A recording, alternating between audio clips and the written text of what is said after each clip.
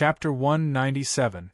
Over 10 days later, Jianchen finally left the bed that he had been lying on for half a month. He stood on the ground with his feet bare. Jianchen lowered his head to look at the large linen clothes on his body.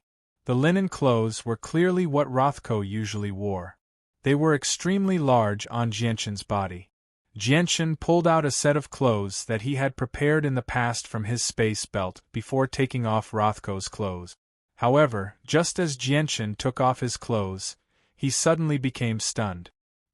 He stared at his own skin in a daze. His skin was no longer as white and tender as it usually was. At this moment, the surface of his skin was dark red. It was an extremely strange sight. Looking at the color of his skin, Jianchen was stunned. An extremely strange expression appeared in his eyes. He was extremely puzzled by the condition of his body. A moment later, a thought suddenly flashed through Jianchen's head. He abruptly pulled up the information regarding his current condition from the depths of his memories. This is a sign that the poison resistance in the silver-striped golden snake's blood has completely fused with its body. Could it be that in the 10 days I've been lying in bed, my 10,000 poisons resistance has reached perfection? Jianchen cried out in surprise. His voice was filled with excitement and excitement. It had been more than a year since he had absorbed the poison resistance factor from the silver-striped golden snake's blood. His 10,000 poison resistance body had finally reached the perfect stage. Now, his body could be called a true 10,000 poison resistance body. With this body of impenetrable body, as long as I don't come across any poison more potent than the silver-striped golden snake, I have nothing to fear. Jianchen was extremely excited. Among the countless poisons on the Tianyuan continent, the venom of the silver-striped golden snake definitely ranked in the top 10. Among the known poisons in the world, there were no more than 10 poisons that were more potent than the venom of the silver-striped golden snake, and every single one of these poisons was extremely rare. According to the books, when the body of impenetrable body reaches perfection, the entire body, including the face, will turn dark red. This will last for half a month to a month. After that, the color will gradually disappear and the skin will return to normal. Doesn't that mean that my face has completely turned dark red? Jianchen lowered his head and muttered to himself. It was a pity that he did not have a mirror right now. Otherwise, he really would have liked to look in the mirror and see if his face was dark red as well. After changing into the clothes he had taken out from the space, Jianchen folded up Rothko's linen clothes and placed them on a clean cabinet to the side before walking out. With a creak, Jianchen pushed open the slightly old wooden door. When the sunlight from outside shone in, the dim wooden hut finally had some light. Looking at the position of the sun in the sky, it should be almost noon. Outside the wooden hut was a small courtyard. The hard soil on the ground had already cracked like a spider web. Diagonally across from Jianchen, there were a few wooden huts. Further away, there were wooden huts of various sizes scattered around. The colors of the huts were somewhat old. A few young children were running happily in a spacious area. Their bell-like laughter could be heard constantly. Jianchen walked out of the wooden hut. This was the first time he had seen the environment here in the half a month that he had been here. This was a very remote village. Looking at it, one could almost see the entire landscape. Just from the number of huts, it could be seen that there were not many people living in this small mountain village. Rothko, today's harvest is really good. In just one morning we have hunted 2 wild boars. This is enough for our entire village to eat for a few days. Yes, it seems like we don't have to go hunting tomorrow. We can just comfortably stay at home for 2 days and relax. It would be great if we have such good luck every day. This way, our future days will definitely be much more comfortable. At this time, Jianchen vaguely heard voices in the distance. When Jianchen looked over, he saw Rothko, who had saved him, and a few burly men walking over from afar. 2 of them were carrying huge wild boars on their shoulders. Looking at their heads, one of them weighed at least 100 kilograms. At this time, Rothko also noticed Jianchen standing in front of the door. He greeted from afar, "Hey, young man, have your injuries healed? You can even get out of bed and walk." Jianchen smiled and said, "Thank you for your concern, uncle. I have some good medicine with me. After recuperating for more than 10 days, my injuries have completely recovered." The few middle-aged men standing beside Rothko also noticed Jianchen at the same time. One of them immediately said with a smile, "Rothko, I heard that you saved a person from the river. Is that person you saved this little brother?" Rothko nodded with a smile. Soon, the few of them came to Jianchen's side. Rothko pointed at Jianchen and said, "This little brother is called Jianchen. Although he is young, you must not underestimate him. He has a tough life. I thought that he would not be able to live after such a serious injury, but I didn't expect that he would be standing here alive and well again after just 10 days. Just this point alone is not something we can compare to." "Oh, is that so? It seems that little brother Jianchen is also quite powerful." Hearing this, the other middle-aged men all smiled and said. They all looked very kind.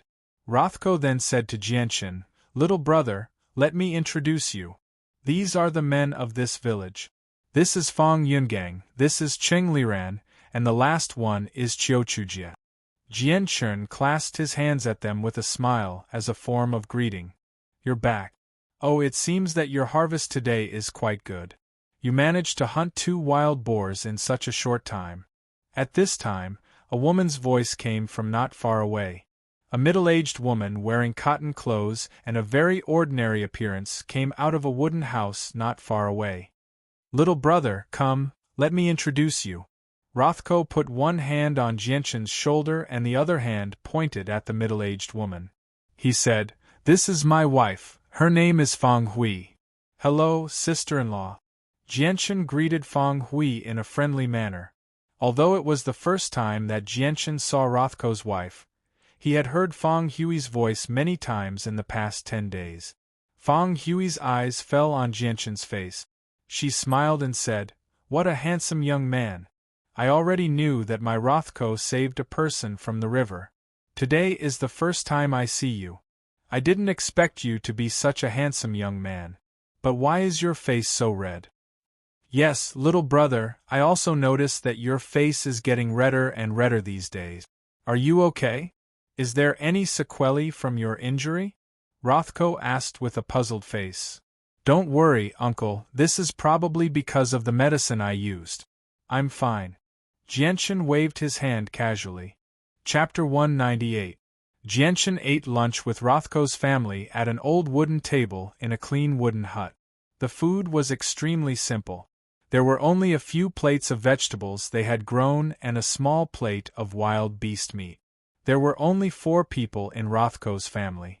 Other than the 2 of them, there were only 2 10-year-old children. The couple constantly chatted with Jianchen at the table, but they did not mention Jianchen's injuries or family matters. They only asked Jianchen about the current situation on the Tianyuan continent and some interesting matters. After all, the Tianyuan continent was extremely dangerous. Rothko's wife, Fang Hui, had grown up in a mountain village. She had basically never ventured out in the past few decades. As for Rothko, he had once been a mercenary, but ever since his saint weapon shattered and he became a cripple, he had remained in the mountain village for over a decade. He had never ventured out during that time, so he was extremely curious about the outside world. Jianchen had only ventured out for a year or 2 on the Tianyuan continent, and he had stayed in a small, remote town during that time, but he did not hide anything from the couple. He would answer their questions from time to time as well. After the meal, Jianchen strolled around the other parts of the village under Rothko's lead. He got to know many of the people who lived in the village, and he gained a better understanding of the place. This was a village called the Huang clan. It was said that it had existed for over 100 years. It had been founded by a person with the surname Huang 100 years ago. In the beginning, it only had a few people living in a small courtyard. Although it had developed over 100 years ago, It had only expanded to around 30 households. The total population was only around 100 people. Excluding the elderly, children, and frail women, there were only 30 or 40 strong young men. All the people in the village made a living by farming. Occasionally, there would be a few young men who would go to the nearby river to hunt some wild beasts or catch some fish from the nearby river. This was how they made a living, living a life that did not involve themselves in worldly affairs. Rothko walked through the entire village with Jianchen in the afternoon. He basically introduced everyone in the village to Jianchen, and they only finished in the evening. At night, Rothko returned home with Jianchen. The 5 of them sat at the same table and ate dinner. The dinner was extremely simple, consisting of a bowl of rice and some vegetables.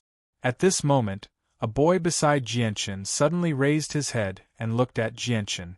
He said timidly, "Brother Jianchen, I heard from my father that you're very powerful, right?" The girl beside Fang Hui also raised her head when she heard the boy's words. She stared at Jianchen curiously with her large, black eyes. The boy's name was Luo Jia, and the girl had the exact same name as the boy, Luo Jia. They were Rothko's 2 children. Jianchen immediately turned to the boy upon hearing this. He smiled and said, "Little Jianchen, the outside world is very big, and there are countless people who are more powerful than me. Once you become more powerful, you'll be able to see the outside world." As soon as Jianchen finished speaking, Rothko's daughter, Luo Jia, couldn't help but ask, "Brother Jianchen, who is more powerful than my father?" Rothko chuckled when he heard this. He looked at his 2 children with a gentle gaze and said, "Jia, don't underestimate Brother Jianchen. He may not be as old as me, but he's much more powerful than your father." Fang Hui's eyes immediately lit up when she heard that. She said to Jianchen, "Jianchen, if you don't mind our poverty, why don't you stay here? The Tianyuan continent is just too dangerous. Although life here is dull, it's still safe. I'll go to the village next door to find you a younger and prettier girl so you can get married." Jianchen bitterly smiled when he heard Fang Hui's words. Fang Hui's words were becoming more and more ridiculous. "Thank you for your good intentions, sister-in-law, but I still have many things to do outside, so I can't stay here for too long," Jianchen bitterly smiled. "That's enough. He has his own matters to attend to. A young man like him should spend more time on the Tianyuan continent because that's the stage for men. Stop wasting time here," Rothko said. After all, he was once a mercenary who had roamed the Tianyuan continent before, so he was much more open-minded. Fang Hui angrily glared at Rothko. She also felt rather disappointed inside. She had thought that if she could keep Jianchen, who was stronger than her husband, in the village, the men of the village would be able to hunt even more in the future. After dinner, Jianchen returned to the wooden hut he had stayed in for a few days to rest. The hut had originally been used to store miscellaneous items, but Rothko had cleared it out due to Jianchen's arrival. He had even prepared a bed for Jianchen to rest on. Closing the rather old wooden door, Jianchen returned to the somewhat sturdy wooden bed and sat down. He then took out a few Class 3 monster cores from his space pouch and held them in his hands, immediately beginning to cultivate. In the past half a month, Jianchen had completely removed the hidden problems within his body, so he could increase his strength as much as he wanted now. He no longer needed to worry about increasing his strength too quickly and causing the problems within him to worsen. The energy within the monster cores was absorbed by Jianchen at an extremely terrifying rate.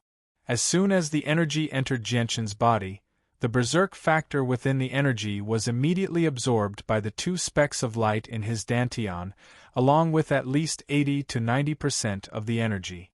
Perhaps it was because Jianchen was absorbing the energy much faster than before. Although the 2 specks of light in his dantian had absorbed most of the energy from the monster cores, Jianchen was able to receive 10 to 20% of the energy.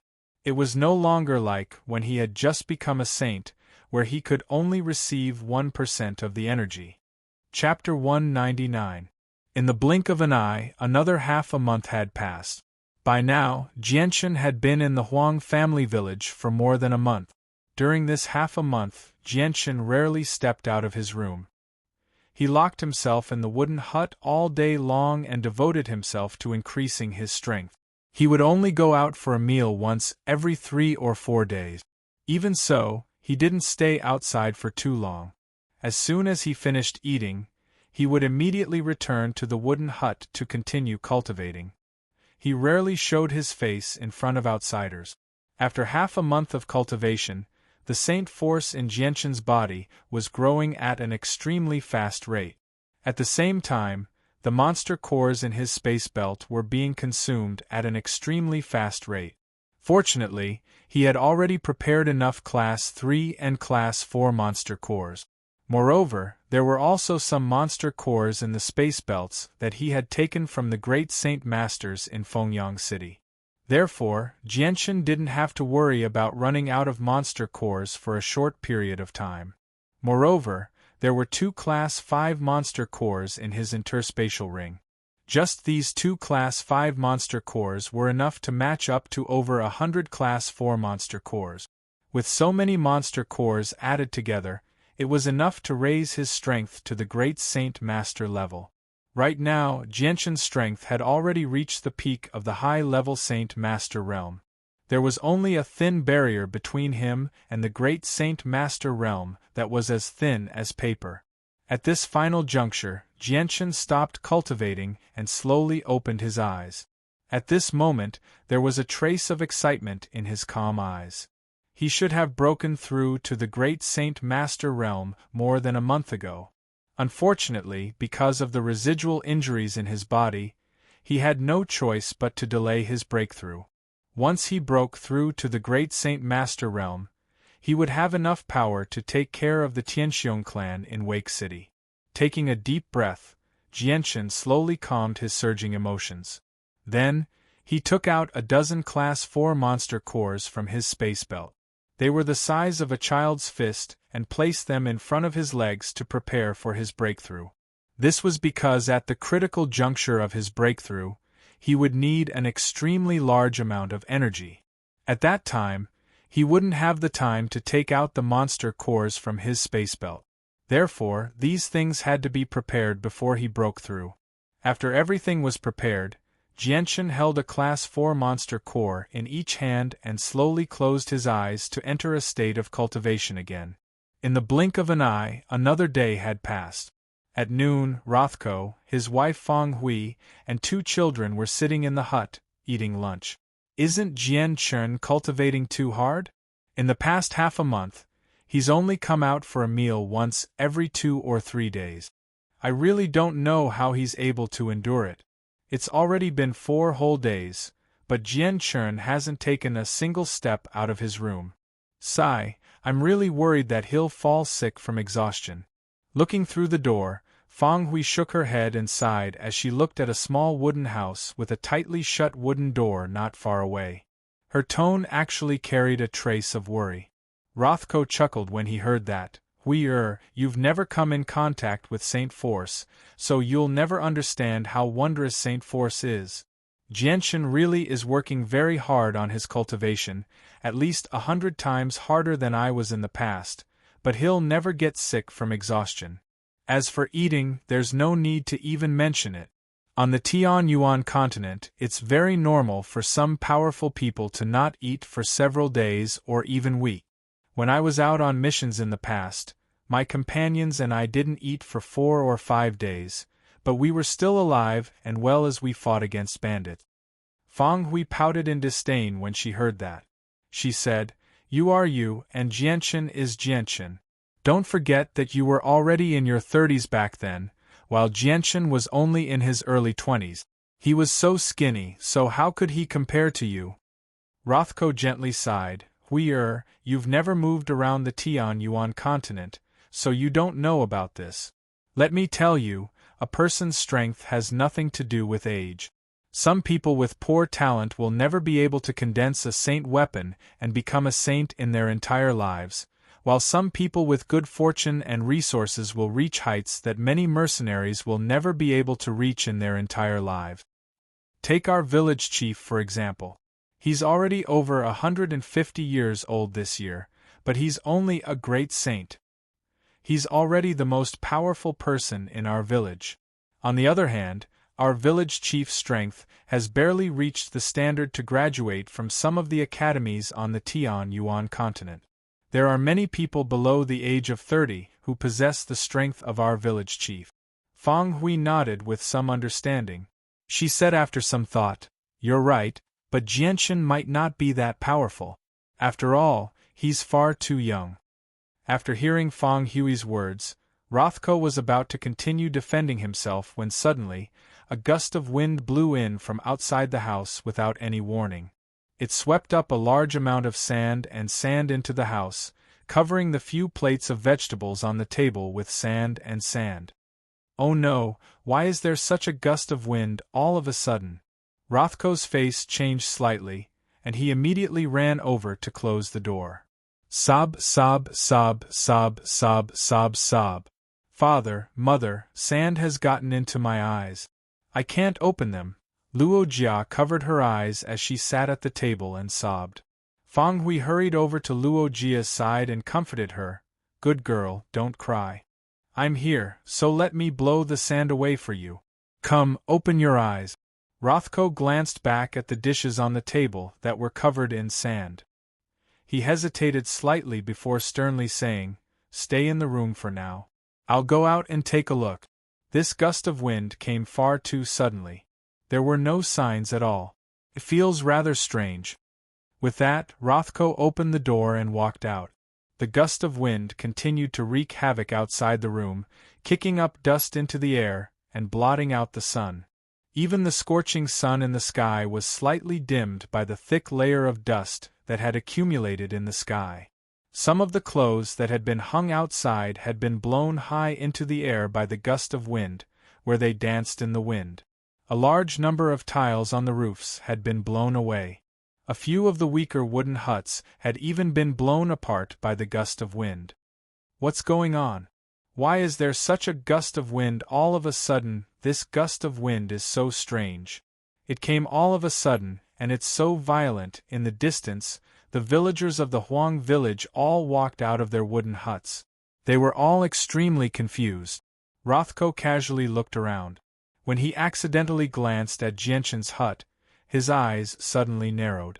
This was because he suddenly discovered from the dust that the gust of wind seemed to be spreading out with Jianshan's hut as the center. Rothko, who had once roamed the Tianyuan continent and possessed the strength of a saint master, quickly deduced the truth from this phenomenon. His eyes immediately widened as he stared at Jianshan's hut in disbelief. He involuntarily cried out, Is this caused by Jianshan's cultivation?" At that moment, Rothko's heart churned. He understood extremely well just how much strength was required to cause something like this. At the very least, he was nowhere close to being able to do something like this when he was a saint master over a decade ago. What filled him with even more disbelief was that Jianshan had already surpassed him in the past when he was only in his early 20s. I really was mistaken. The kid's strength is definitely greater than a saint master. He's probably a great saint master at the very least, Rothko sighed. Although he had become a cripple now, he still possessed his past experience, so he was able to estimate Jianshan's strength immediately. "Everyone, look. The gale seems to be blowing in that direction." An old voice vaguely rang out from the distance. A white-haired old man pointed in the direction of Jianshan's hut. With that, the others all turned their heads in the direction of Jianshan's hut. Someone immediately said, "The chief is right. The gale is indeed blowing in that direction. Look, the dust in the air is spreading in all directions. Let's go and take a look." "Yeah, let's go and see what's going on." Afterwards, the group of people followed the village chief to Jianshan's wooden hut. Rothko discovered their arrival as soon as possible. He hurriedly ran over to stop them and said, "Chief, let's not go over right now. We don't want to disturb Jianshan." "Rothko, what's going on?" The gale seems to be blowing out from that hut, the chief said to Rothko. The village chief asked Rothko. His voice was filled with doubt, and his wrinkled old face was also very solemn. Yeah, Rothko. What's in that hut? It can't be hiding some kind of treasure, right? Someone immediately followed after the chief. Yeah, Rothko. You're too unkind. You found a treasure, but you won't even let us take a look. Hurry up and take out the treasure so we can see it. I've never seen a treasure that can blow out wind before. Following that person's words, the others also thought that there must be some kind of treasure hidden in that hut, so they all started to make a ruckus. Shh. Everyone be quiet. Rothko hurriedly made a shushing gesture. After everyone quieted down, he lowered his voice and said innocently, Please don't misunderstand, everyone. I don't have any treasure. This is clearly caused by Jianshin cultivating in that hut. According to my previous experience, this phenomenon should only appear when Jianshin reaches the most crucial moment of his cultivation. He should be most afraid of being disturbed at that moment, or there will be very serious consequences. It will be very disadvantageous for Jianshin. Let's go, let's all stay away and not disturb Jianshin's cultivation. Oh, so that's how it is. That's impossible. I've seen Jianshin before. Why haven't I noticed that he's so powerful? He actually has the ability to summon wind and rain. Rothko, you're not lying to us, are you? Everyone questioned. After all, they had all grown up in a mountain village. They had never been to the Tianyuan continent before, so many of them doubted Rothko's words. They did not believe that someone younger than them would possess such great ability. What they were witnessing right now was already an impressive ability in their eyes. The old village chief stared at Jianshin's hut for quite a while. Deep shock filled his eyes as well. He then sighed deeply and turned around. Everyone, Rothko's words make a lot of sense. We'll know whether or not it's the same as what Rothko has said later. Let's stay away for now so that we don't disturb Jianshin. The old village chief clearly possessed great prestige in everyone's hearts. With his words, everyone immediately stopped talking and silently backed away. They only stopped when they were 50 meters away. They all stood there and stared at Jianshin's hut. The wind continued to wreak havoc in the surroundings, but it did not cover a large area. It only covered a radius of a few hundred meters, which was just enough to envelop the entire village. The crowd watched from 50 meters away for nearly an hour. During this time, even some of the old and frail people, as well as some women and children, left their houses one after another to watch what was happening here with curiosity in the face of the flying sand and sand. At this moment, almost all of the over 100 residents of the Huang village, who were still able to move, had gathered here to witness a scene that they had never seen before. If this happened on the Tianyuan continent, it might not have attracted the attention of anyone, but it was extremely novel in this isolated mountain village. Why do I feel more and more uncomfortable? It's so uncomfortable that even breathing is becoming extremely difficult. An old man suddenly rubbed his chest as he asked in confusion. Yes, I also feel very stuffy in my chest. It's so stuffy that I feel flustered. Moreover, I feel like I'm carrying something very heavy on my back. As soon as the old man finished speaking, a middle-aged man standing beside him also spoke up. Me too. My chest feels stuffy, as if there's a huge rock pressing down on my chest. I can't breathe. That's strange. You guys also feel the same way? I thought it was because I was feeling unwell somewhere. I also feel the same way. I have one too. Rothko was surprised when he heard everyone's discussion. He then seemed to think of something, and his face changed slightly. He immediately called out, "Everyone back off. This is an invisible presence that only powerful people can give off. It will directly affect the people in the surroundings. Some peak experts can even directly suffocate people to death with just their presence alone." Everyone's faces changed drastically when they heard Rothko's words, including the old village chief. They backed off in a hurry, only stopping when they were 100 meters away. Many of them had no idea what a presence was, but they had clearly heard that a few peak experts could directly suffocate people to death with just their presence alone. Bang! Just when everyone had retreated to 100 meters away, a loud sound suddenly rang out. Jian Chen's wooden hut was instantly smashed to pieces, and then a figure smashed through the roof and shot into the sky like a cannonball. In the blink of an eye, he flew 50 meters into the air. Ah! Jianchen floated 50 meters in the air and let out a long roar. The sound waves rolled out, spreading far and wide. Then, powerful and surging Saint Force gathered in his left hand.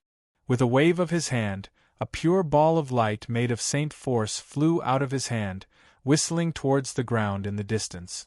Boom! When the ball of energy hit the ground, it let out a loud boom, accompanied by a large amount of smoke and dust that slowly rose from the ground. When the smoke and dust dissipated, to everyone's shock, there was already a 2 to 3 meter wide and 5 meter deep crater. Surging Saint Force once again surged out of Jianchen's right hand, quickly condensing into a silver-white longsword. Under the illumination of the sun, the longsword reflected a dazzling light, making people not dare to look at it directly. This longsword seemed to be even more dazzling than the sun in the sky. With a flash of silver light, the longsword pierced through the air with lightning speed. A sharp sword chi with a dazzling light broke free from the longsword's shackles and shot into the ground a few 100 meters away. It silently sank into the hard ground, leaving only a very small crack on the surface. There was not a single crack in the surrounding area. After this stab, Jianchen's body slowly landed on the ground. Although he could reach a height of 50 meters in a single leap, he could only stay in the air for less than a breath of time. Chapter 200. 100 meters away, the villagers of the Huang family village all stared at Jianchen with dumbfounded expressions on their faces. A loud roar could be heard from several kilometers away.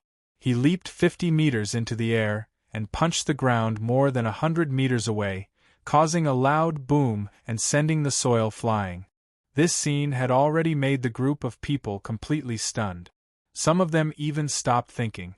It wouldn't be an exaggeration to say that the scene in front of them had completely overturned their understanding of the world.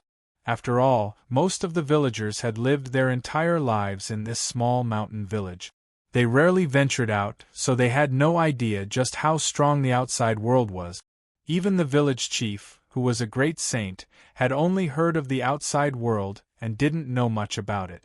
But Jianchen had jumped 50 meters into the air and punched the ground over 100 meters away. This was the first time they had seen such a scene. At this moment, the villagers' gazes towards Jianchen had completely changed. Their gazes were filled with worship and respect, but there was also a trace of shock and disbelief. Even though they had seen it with their own eyes, they still found it hard to believe that a young man in his early 20s could actually wield such power.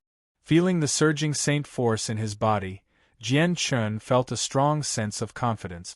Although his current strength was not enough to contend against an Earth Saint Master, if he were to encounter a group of great Saint Masters again, he would not be forced to flee in such a sorry state. In the end, he was forced to use the sword manipulation ability to escape. Jianchen's gaze paused on the Lightwind sword in his right hand for a moment. After breaking through from Saint Master to Great Saint Master, he could clearly feel that his saint weapon had also changed. The current Lightwind sword was even brighter than before.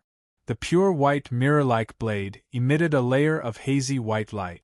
Although it didn't look like much, this faint layer of light was able to pierce through metal and stone. It contained an unimaginable amount of attack power. Other than that, the hardness of the Lightwind sword had also increased by a large margin. Jianchen was confident that even if the difference between an Earth Saint Master and a Great Saint Master was like the difference between heaven and earth, it would still be very difficult for someone to destroy the Lightwind sword in his hand. Slowly putting away the Lightwind sword, Jianchen looked around. When he saw the small wooden house that had been destroyed, he couldn't help but bitterly smile. Walking over to Rothko, who was 100 meters away, he said apologetically, "Uncle, I'm really sorry for destroying your house." Even though Rothko was shocked by Jian Chen's strength as well, he was once a mercenary after all, so he suppressed his shock very quickly. He patted Jian Chen's shoulder heavily and laughed, "It's fine, it's fine. It's just a house. We'll just have to cut down a few trees and rebuild it. Kid, I've really misjudged you. I never thought that you would be so powerful at such a young age. You've really surprised me." Rothko's voice was filled with excitement and joy. "Haha, little brother Jianchen is too polite. It's just a wooden house, we'll be able to rebuild it in a few hours. However, little brother Jianchen's display of strength has really opened my eyes. Don't you all agree?" The old village chief chuckled. His tone was very amiable. That's right, that's right." Following the old village chief's words, the villagers behind him all agreed and looked at Jianchen with worship in their eyes. At this time, the old village chief lightly exclaimed. His pair of old eyes stared closely at Jianchen's face and strangely asked, "Little brother Jianchen, why did your face turn white? I remember that your face was still red a few days ago." Hearing this, without waiting for Jianchen to speak, Rothko spoke first. "Haha, village chief, little brother's skin was originally white. A few days ago, he took some medicine to heal his injuries, and that's why his face turned red." The village chief suddenly understood and laughed. "White is good, white is good, white is good, white is even better looking. I didn't think that little brother Jianchen is not only strong, but also handsome. With this appearance, I reckon that a lot of girls will fall for you." This sentence caused the villagers to burst into laughter, but no one doubted the old village chief's words. Everyone agreed with this point of view. Jianchen's face showed a trace of a bitter smile. The old village chief's words made him speechless. At this time, Jianchen's face suddenly changed, and then his whole body began to tremble violently. Then, a powerful aura uncontrollably spread out from his body, pushing the group of villagers in front of him back. Some even fell to the ground because of this. At this time, Jianchen's originally white face had turned purple on one side and green on the other. Even in the depths of his eyes, a purple and green light would occasionally appear, but it was very weak. Rothko was pushed back more than 20 meters by Jianchen's aura before gradually stabilizing his body. When he raised his head and looked at Jianchen with a puzzled expression, he immediately discovered that something was wrong with Jianchen. His heart sank and he hurriedly asked, "Young man, what happened to you?" Jianchen's whole body was slightly trembling, the muscles on his face were constantly trembling, and even his eyes were flickering with purple and green light. "Back, back, back, back, all of you, back, back away. I don't come close," Jianchen said with great difficulty, then immediately sat cross-legged on the ground and closed his eyes. "What's going on? Little brother Jianchen, what's going on? Could there be a problem with his cultivation? What's going on with little brother Jianchen?" A group of villagers stood in the distance, all of them staring at Jianchen, who was sitting cross-legged on the ground in confusion, all of them talking at once. Rothko's face became extremely serious. He was once a saint master, but only became a cripple because his saint weapon was destroyed, so he understood a lot more than the villagers who had always lived here. From Jianchen's state just now, he already realized that something might have happened to Jianchen's cultivation. Chapter 201. Jianchen's body, which was sitting cross-legged on the ground, was constantly trembling. Inside his dantian, his entire dantian seemed to be experiencing an earthquake. It was shaking violently as a purple and green light flickered within his dantian, illuminating it from time to time. As for the light wind sword that was floating in his dantian, it was completely condensed from Saint Chi, and it was also greatly affected, causing it to constantly tremble. The two specks of light, one violet and one azure, had appeared in his dantian ever since he had condensed a saint weapon in Kargath Academy and become a saint. At this moment, they suddenly emitted a dazzling light. They revolved around each other in the form of a yin and yang diagram. Sensing the changes in his body, Jian Chen's good mood from breaking through to the great Saint Master level suddenly sank. The two specks of light that had been residing in his dantian ever since he became a saint had finally begun to cause trouble at this moment. Although the sudden changes in his dantian had caught Jianchen by surprise, he didn't appear to be too flustered. This was because he had long since anticipated that this day would come. He just hadn't thought that it would come so suddenly, giving him no time to prepare. The two dots of light in his dantian were intertwining with each other in the form of a yin-yang symbol. They continuously rotated in his dantian. The saint weapon that was constantly trembling in his dantian also seemed to be breaking free from a layer of invisible shackles around it, breaking free from Jianchen's control.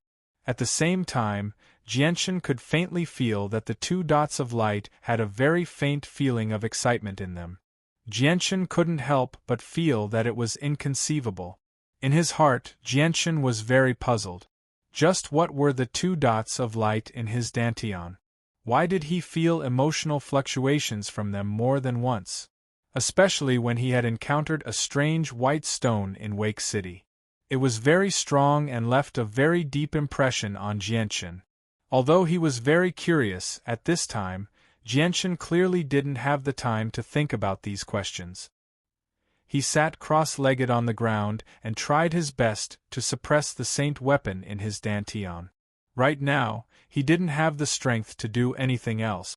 Furthermore, the place where the two dots of light were entrenched in his dantian was a forbidden area to him. Although it was in his own body, he couldn't control it at all. Therefore, there was really nothing that he could do about the two dots of light. The only thing he could do was to watch from the side and pray in his heart that things wouldn't develop too badly. The purple and green dots of light in his dantian rotated faster and faster, and the purple and green light emitted became more and more intense. It illuminated Jianchen's entire inner palace. Finally, the intense and dazzling light directly penetrated Jianchen's body and spread out from Jianchen's body. Right now, Jianchen's entire body was emitting a purple and green light. One side was purple, the other was green. The light spread out to a distance of 20 to 30 meters. In front of this intense and dazzling purple and green light, even the rays of the scorching sun in the sky paled in comparison. Hey, look, Jianchen's body is glowing. Strange, why is his body glowing? He can't be cultivating some legendary divine technique, right? Seeing Jianchen's current appearance, a group of villagers in the distance were all shocked. They pointed at Jianchen and discussed spiritedly. To them, who had lived in a mountain village all their lives, this scene in front of them was clearly so magical. At this time, the purple and green dots of light in Jianchen's dantian suddenly rushed out of his dantian. Bringing along two streams of light, they rushed towards Jianchen's brain at lightning speed. Damn it! Jianchen's face suddenly changed. However, the purple and green dots of light were very fast. Just as Jianchen realized that something was wrong, the two dots of light had already rushed into his brain. Boom! Jianchen only felt a muffled explosion in his head. Immediately after, he felt the sky and earth spinning, and his consciousness gradually became somewhat blurry. Unknowingly, Jianchen seemed to have arrived in a strange world. This was a stretch of endless mountain range. The mountains were beautiful, and the world's spiritual qi was incomparably abundant. On the ground, there were numerous rivers running through the mountain range. The winding bodies of the rivers were like divine dragons, and the plants and towering ancient trees in the mountain range were all exuding a vigorous vitality that pervaded the world. Looking at it, it was simply a fairyland. Right at this moment, two streaks of light, one purple and one green, flew over from afar like shooting stars with two long tails. They were so fast that they covered a distance of 108,000 kilometers in the blink of an eye. The two streaks of light intertwined with each other as if they were a pair of loving lovers flying over the mountain range. Through the dense purple and green light, one could vaguely see that within the light were two divine swords with incomparable charm. One was completely purple, and the other was completely green. Xing sword. Qing Sua sword. When seeing these two divine swords, the names of these two divine swords appeared in Jianshan's mind inexplicably. When Jianshan's consciousness entered this strange world, his body also underwent a great change. The purple and green light emitted from the surface of his body had all gathered above his head, transforming into two divine swords, one purple and one green, that were more than 10 meters tall. From afar, it was as if two incomparably huge swords were stuck in Jianshan's head. At the same time, an incomparably powerful sword intent was emitted from Jianshan's body. It soared into the sky, dispersing many of the thin clouds in the sky. All of the villagers standing over 100 meters away were completely rooted to the spot. None of them dared to even blink as they stared intently at the two divine swords above Jianshan's head. This was an extremely miraculous scene in their eyes. In a massive imperial palace extremely far away from the Huang family village, an elderly man in a long white robe was seated with his legs crossed in midair, hovering 3 meters above the ground with his eyes tightly shut. Right at this moment, the elderly man suddenly opened his eyes, and in the instant that he did so, 2 beams of divine light shot forth from his eyes like lightning, piercing through space. He stared up ahead with a sharp gaze, and it was as if he could see through the buildings up ahead, and see what was going on outside. What a powerful aura! What is this thing? Why haven't I sensed it before? The elderly man's brows furrowed slightly as a contemplative look appeared on his face. Could it be that another top-tier powerful being has been born somewhere? In a small mountain village, an old man wearing a linen garment that had several patches all over it suddenly raised his head and cast his gaze toward the direction of the Huang clan's village. His calm gaze seemed to be able to see through everything in this world. This is sword intent. What powerful sword intent! I wonder who it is that possesses such great mastery over the way of the sword. Why haven't I heard of it before? Have some new experts appeared on the Tian Yuan continent during the years that I've been in seclusion? The old man murmured. His voice was filled with some surprise. At the same time, many peak experts across the continent sensed the extremely powerful sword intent from afar, and they were all extremely surprised. The Huang family village. Jianshan had already sat on the ground for 2 whole hours. At this moment, all of the villagers had gathered 100 meters away. They stared at the 2 divine swords above Jianshan's head as they discussed softly. Everyone, look! Something's happening! Suddenly, someone in the crowd called out.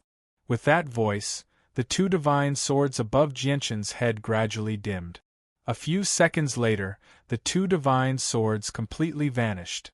Before long, Jianshan finally opened his eyes slowly. His eyes were filled with deep shock and disbelief. Sucking in a deep breath, Jianshan slowly stood up from the ground. Although only 2 hours had passed, he had learned many things for some unknown reason during that time. He had finally understood the problem with the specks of light in his dantian that had always troubled him. However, Jianshan still found the truth to be unbelievable. Even with his mental fortitude, he struggled to accept it for a moment. Rothko slowly arrived before Jianshan and carefully observed Jianshan. He asked in concern, "Kid, are you all right? You gave me quite a fright earlier." Jianshan gently shook his head and said, "I'm fine, uncle. I'm rather tired. Can you find me a quiet room? I want to rest for a while." Rothko immediately let out a sigh of relief when he heard Jianshan's words. At the very least, he had confirmed that Jianshan was fine. That's good, that's good. There are a few unoccupied wooden houses in our village. They're close to the edge of the village, and are rather remote. That's the only place that's relatively quiet. Let's go, kid. I'll take you there. Afterwards, Rothko took Jianshan to a small wooden house at the edge of the village. The wooden house was clearly reserved as a spare. It was empty inside, and there wasn't even a basic bed. Jianshan rejected Rothko's suggestion of adding a wooden bed for him. He casually found an excuse to tell Rothko not to let anyone disturb him before he came out. Afterwards, he locked himself in the house. There wasn't much light in the wooden house, so it was rather dark. Jianchen sat on the ground with his legs crossed as he slowly digested the information that had appeared in his head out of nowhere. After the miraculous scene earlier, Jianchen finally understood what the two specks of light in his dantian were. They were actually the sword spirits of two swords. The two swords were called the Ziying sword and the Qing Suo sword. They possessed the power to destroy the world. The sword spirits of the two swords were formed from a bit of yin and yang qi that leaked out from the world when chaos first formed. After countless years of evolution, they finally formed a bit of spirituality.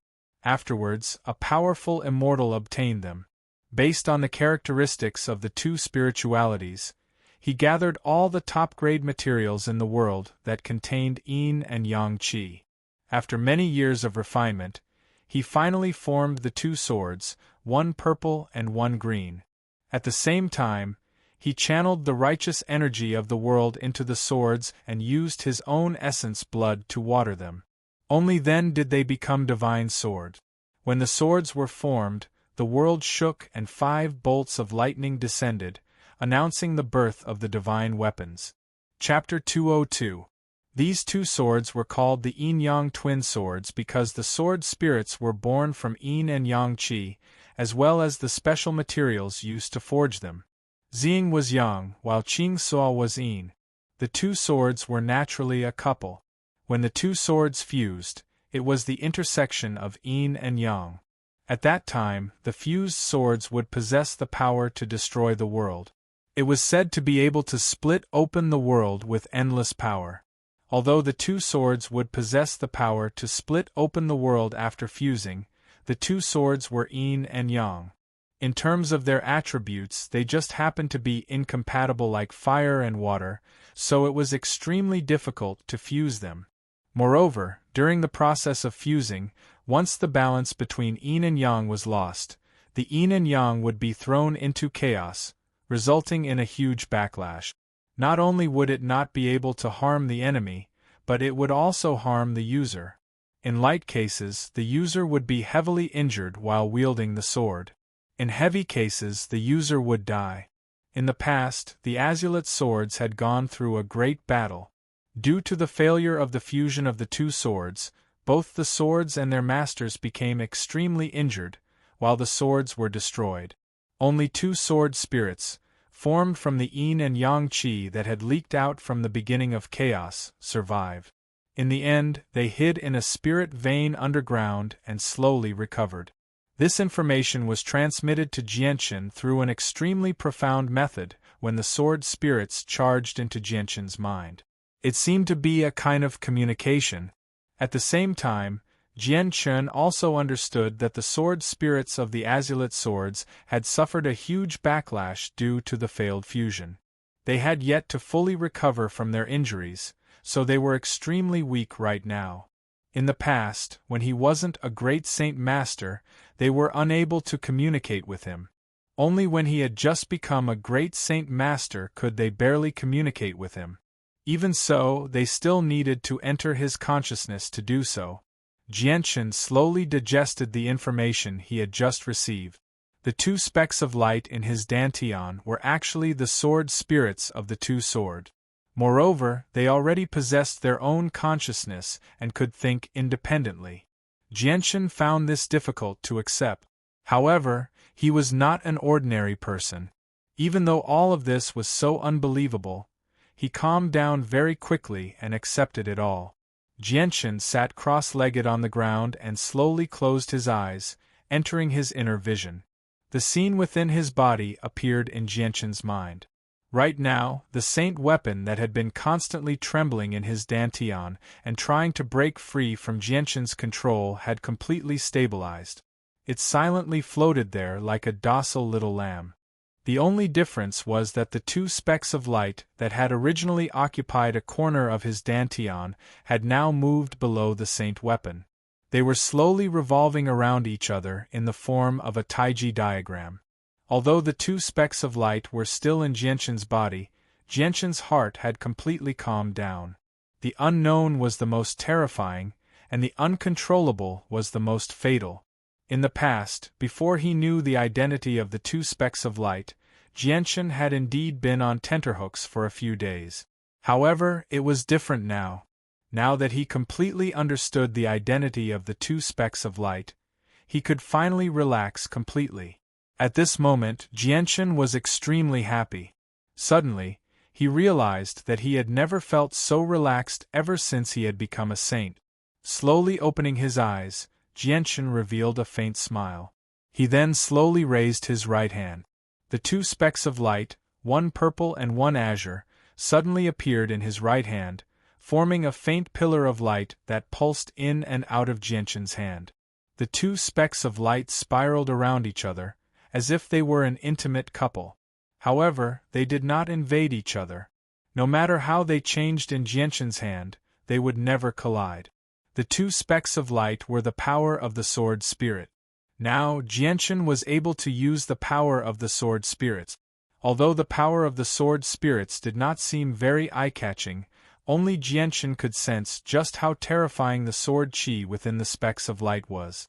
Even though it was only a sliver of the sword spirit's power, just this sliver of power was enough to make Jianshan tremble. It was a tremble that came from the bottom of his heart.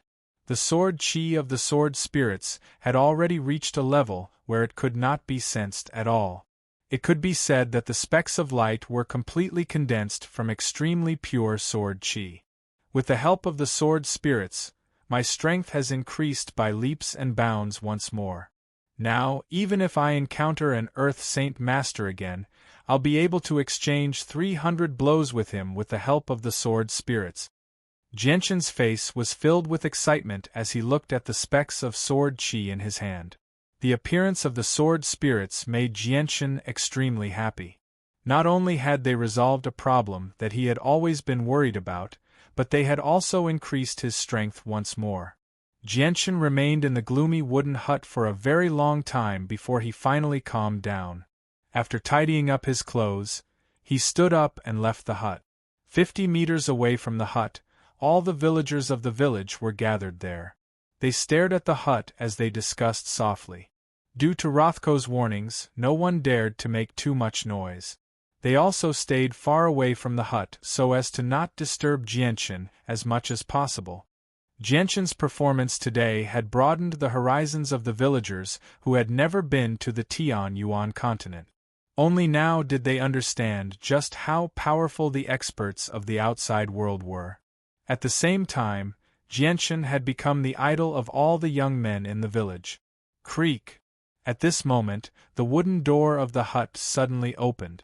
At the same time, the villagers who had gathered around 50 meters away fell silent. Over 100 pairs of eyes stared at Jianshan in unison. Jianshan smiled at the sight of the large group of people gathered there. It had only been an hour since he had entered the hut. "I'm fine now. You can all leave now. I'm very sorry for the inconvenience I've caused everyone today. Please forgive me," Jianshan said in an extremely sincere manner as he clasped his hands together. After Jianshan finished speaking, the entire village fell silent for a while. In the end, it was Rothko who broke the silence. "Are you all right now, young man?" Rothko's voice was filled with concern. Jianshan smiled. "Thank you for your concern, uncle. The problem with my body has been completely resolved." "Jianshan, forgive me for asking, but did you just break through to a higher level of cultivation?" the old village chief asked. Afterwards, a group of curious villagers completely surrounded Jianshan, asking him all sorts of questions. As long as it was something that could be answered, Jianshan would answer all of their questions. Chapter 203. After this incident, the entire Huang family village viewed Jianshan in a completely different light. The next morning, as soon as the sun peeked through the horizon, a series of chaotic noises rang out from outside the Huang family village. Jianshan slowly opened his eyes as he sat on his bed with his legs crossed. He had spent the entire night familiarizing himself with the method to control the Azure and Azure Sword Chi. After learning about the identities of the Azure and Azure Sword spirits, Jianshan was able to draw upon some of their power, and this was the Azure and Azure Sword Qi. This was an extremely powerful power, but it was still rather unfamiliar to Jianshan. If he didn't familiarize himself with it, he wouldn't be able to use it as freely as an extension of his arm. As such, it would take some time for Jianshan to familiarize himself with this new power. Jianshan slowly got out of bed, pushed open the door, and made his way out of the wooden hut, breathing in the fresh morning air to his heart's content. The wooden hut that he was currently residing in was still the same one, but it had been rebuilt by the villagers of the Huang family village in less than 2 hours.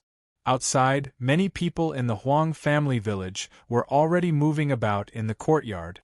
Not far away, Rothko's son, Luo Jia, was wielding a wooden machete and hacking at the air with all his might as he yelled incessantly. At this moment, Luo Jia caught sight of Jianshan, and a look of reverence immediately appeared in his eyes. He then quickly ran over to Jianshan and stared at Jianshan with an eager expression as he said, "Big brother Jianshan, you're so powerful. Can you teach me martial arts?" Jianshan smiled as he stroked Luo Jia's head and asked, "Tell me, Luo Jia, what kind of weapon do you want to use in the future?" Luo Jia raised the wooden machete in his hand with an innocent look on his face as he replied, "A machete, a very big machete, just like this one. No, a machete that's even bigger than this one. Luo Jia, the bigger the weapon, the harder it is to control it. When you become a saint in the future, you must not be careless when condensing a saint weapon. You must control the size of the saint weapon according to your physical condition. Do you understand?" Jianshan's face was solemn. This question was indeed very crucial. It could directly affect a person's highest achievement and combat strength. "Yes, I know." Luo Jia nodded obediently. "Luo Jia, I am not proficient in knife skills, so I don't know much about knife skills, but I can explain some of the most basic things." Jianshan then explained to Luo Jia some basic knowledge and things to pay attention to in practice. These things were not only very important to Luo Jia, but also the most practical. After all, how high a person could achieve in the future depended not only on his talent, but also on his basic skills. If he did not pay attention to his basic skills and crazily increased his strength, it would seriously damage his foundation. Although Jianshan had fought with many masters who used knives in his previous life and had a rough understanding of knife skills, it was still too early for him to tell Luo Jia all this. Jianshan explained to Luo Jia for an hour before he finished. At this time, Rothko and a few men carrying weapons walked over from afar. When they arrived in front of Jianshan, Rothko smiled and said, "Young man, why are you up so early today? Haha, you have been here for more than a month. Today is the first time I have seen you up so early." Hearing this, Jianshan smiled and glanced at the weapons on Rothko's shoulders. He said, "Uncle, looking at your equipment, are you going hunting in the mountains?"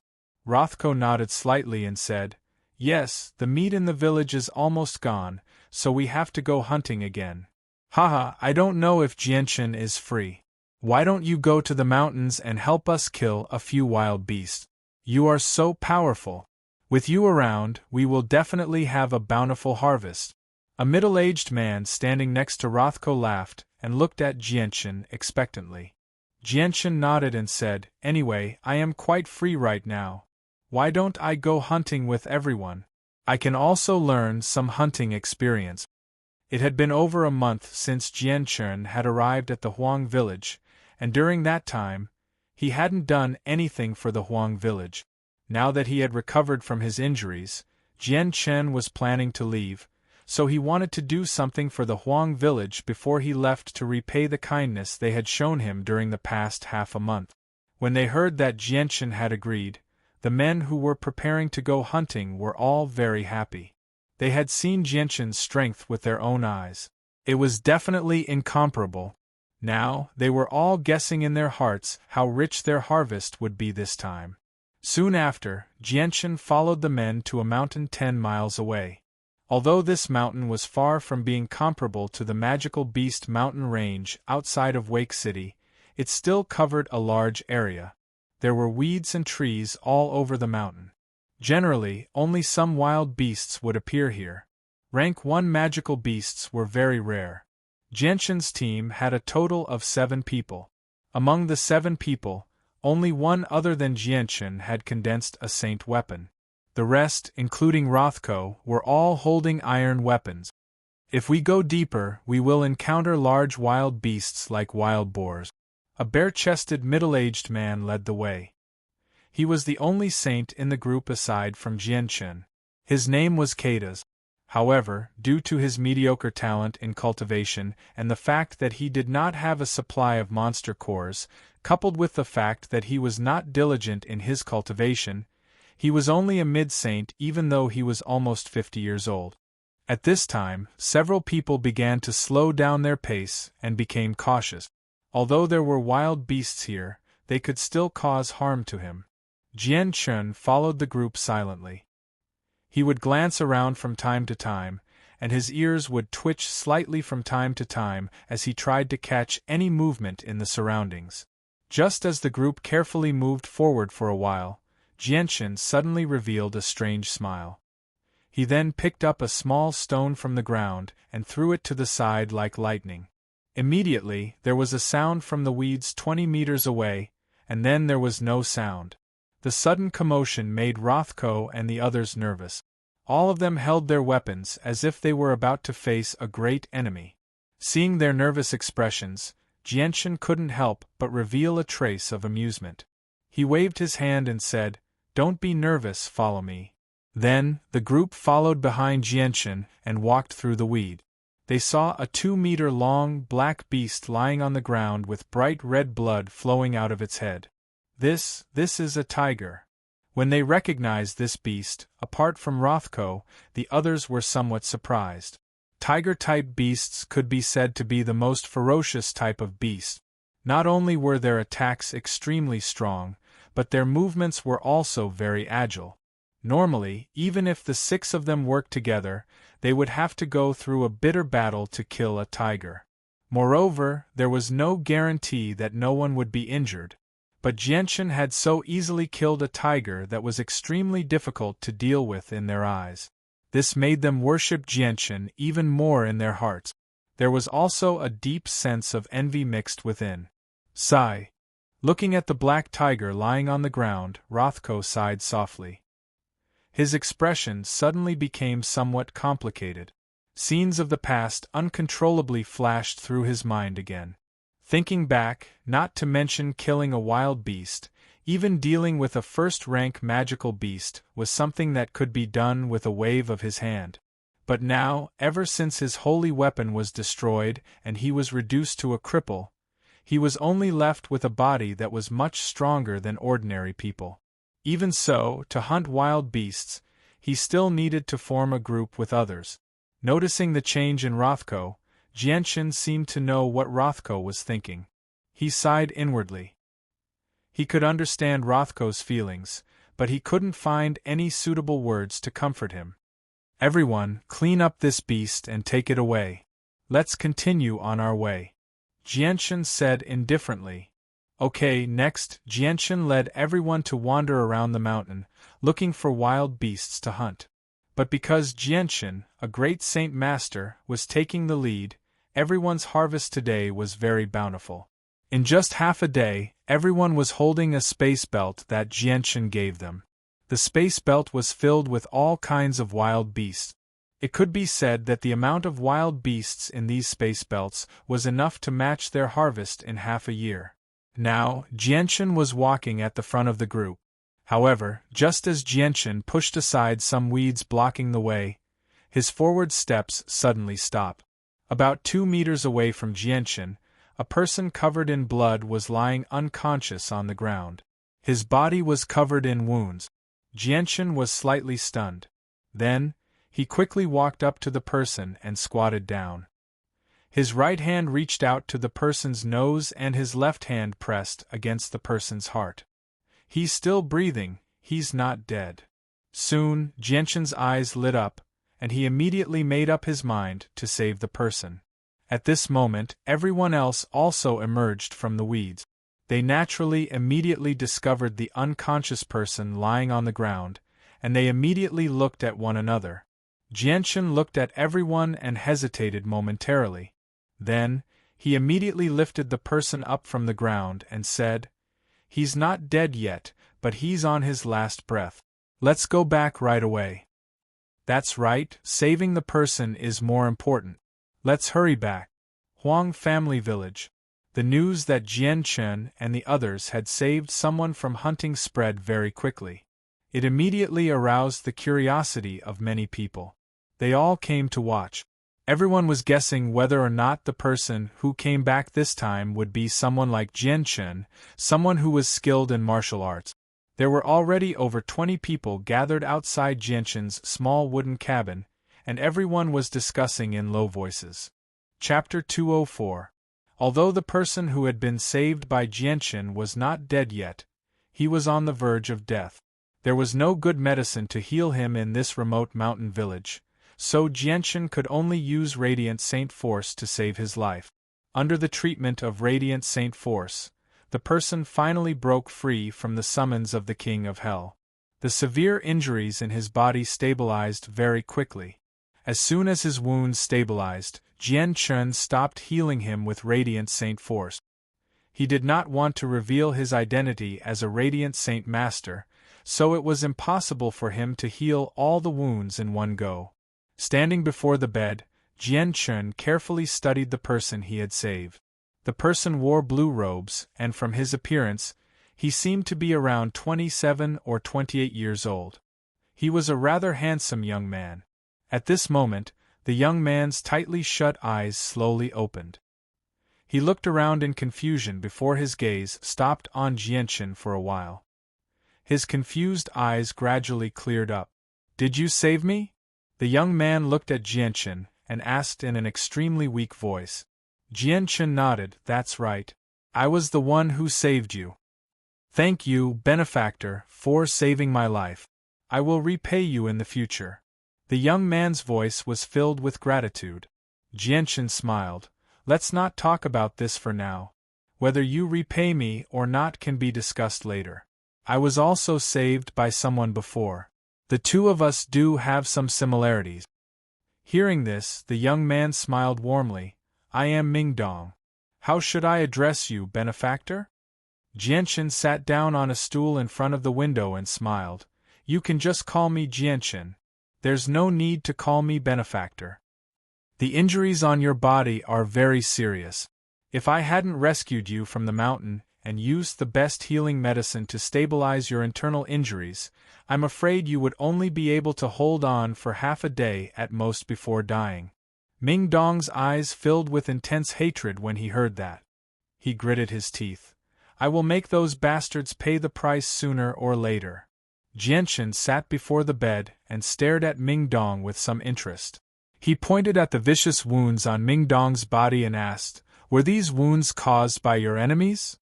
"They weren't." Ming Dong shook his head. "I originally discovered a heavily injured Class 4 magical beast and was on the brink of death.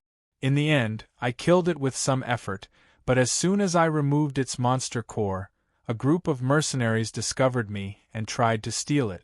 If it was any one of them, I would not have been afraid, but they relied on their numbers, and not only did they heavily injure me, they even stole my space belt.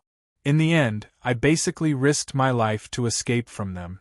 Otherwise, I probably wouldn't have survived until now." Jianchen sighed inside when he heard that. What Ming Dong had encountered was common on the Tianyuan continent. It basically happened every day. This was a world where the strong reigned supreme, so strength was extremely important. Without enough strength, it would be very difficult for you to survive on the Tianyuan continent.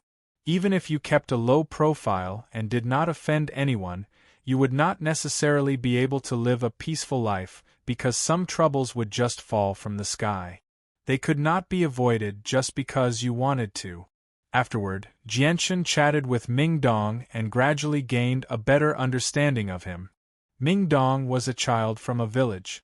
Fortunately, his talent for cultivation was pretty good. Coupled with his diligence, he was already a mid-saint master at the age of 28. With such a cultivation speed, he could be considered as one of the top talents on the Tian-Yuan continent. Since he was used to living a free life, he had always been alone. He was a solo mercenary and was unwilling to join any mercenary group, so his freedom was restricted. All these years, Ming Dong had been constantly completing some mercenary missions and hunting some low-level demonic beasts to obtain demonic cores. Apart from exchanging a portion of the demonic cores for money, the rest of the demonic cores were used for his own cultivation. Therefore, his strength was something that few people of the same age could surpass. Jianchen could not help but raise his opinion of Ming Dong slightly after receiving this information. Just the fact that Ming Dong could hunt magical beasts alone was enough to tell that he was extraordinary. Moreover, his talent and diligence in cultivation were the most important factors on the path to becoming an expert. At that moment, Jianchen could not help but feel a sense of appreciation. He was almost certain that if Ming Dong was properly nurtured, he would definitely achieve great things in the future. After all, having mid-level sacred expert level strength at the age of 28 wasn't something just anyone could do. This was especially the case when this person's strength was completely obtained through his own hard work. He wasn't a disciple from a great family, a genius who was smashed through countless heavenly treasures. Looking at the pale-faced Ming Dong with mixed feelings, Jianchen hesitated slightly before finally saying, "Ming Dong, I wonder if you're willing to join my mercenary group. After everything that has happened, you should understand that joining a group is not necessarily a bad thing at times." Ming Dong hesitated when he heard that. He had already fallen in love with a free life. He really did not want to be restricted by joining a mercenary group. Otherwise, he would have been able to join a powerful mercenary group long ago with his strength. After hesitating for a while, Ming Dong could not help but go against his nature when he thought about how Jianchen had saved his life. He finally made up his mind and said, "Since Brother Jianchen doesn't mind, I'll join your mercenary group." Jianchen smiled happily when he heard that. He laughed aloud, "All right, Ming Dong. With your addition, our mercenary group will become even more powerful. In the future, we'll definitely become the greatest mercenary group on the Tian-Yuan continent." Jianchen could not help but think of something Uncle Kendall had once said when he reached there. "My greatest wish is for our flame mercenaries to become the greatest mercenary group on the Tian-Yuan continent." Now, Jianchen had already treated Uncle Kendall's wish as his own. He would replace Uncle Kendall and make the Flame Mercenaries the greatest mercenary group on the Tian-Yuan continent. "Oh right, I still don't know what our mercenary group is called, how many people there are, how powerful they are, and who the captain is," Ming Dong asked. Jianchen faintly smiled and said, "Our mercenary group is called the Raging Flame Mercenary Group. Originally, there was only me in the group, but now that you've joined, our mercenary group now has 2 people. As for strength, I have the strength of an initial great saint master." Chapter 205. With the addition of Ming Dong, Jianchen's flame mercenaries basically gained a new member. In the past, he was not powerful enough, but now that Jianchen was a great saint master and had the assistance of the sword spirits, he could even put up a fight against an Earth Saint Master. As a result, he needed to slowly develop the Flame Mercenaries. Jianchen stayed in the village for 2 days. 2 days later, Jianchen bid farewell to everyone in the village. He planned on leaving for a while. Ming Dong continued to recuperate on his bed in the wooden hut. He stared at Jianchen, who stood by the window, and said, "Jianchen, once I've recovered, I'll be leaving the village. Where will I go to find you then?" Jianchen sank into his thoughts when he heard that. He said, "I've already used up all the medicine I have on me, so you can only rely on yourself to slowly recover. I estimate that you'll need around a month to fully recover. I'm leaving this time to deal with some personal matters. I'll be back in a few days or a month at most." Just stay here and recuperate. With that, Jianchen took out a space belt, 8 Class 4 monster cores, and some purple crystal coins. He continued, if I still haven't returned by the time you've recovered, you can cultivate here for now. With your talent and the assistance of Class 4 monster cores, your strength will increase relatively quickly. If I don't return after a long time, you can leave on your own. Ming Dong immediately became stunned when he saw the 8 Class 4 monster cores that Jianchen had taken out. Class 4 monster cores were relatively precious in his eyes. He had never used one before. Just a few days ago, he had almost lost his life for a single Class 4 monster core. Yet now, Jianchen had taken out 8 Class 4 monster cores for him to cultivate. Ming Dong struggled to accept this for a moment. A while later, Ming Dong sucked in a deep breath and slowly suppressed his excitement.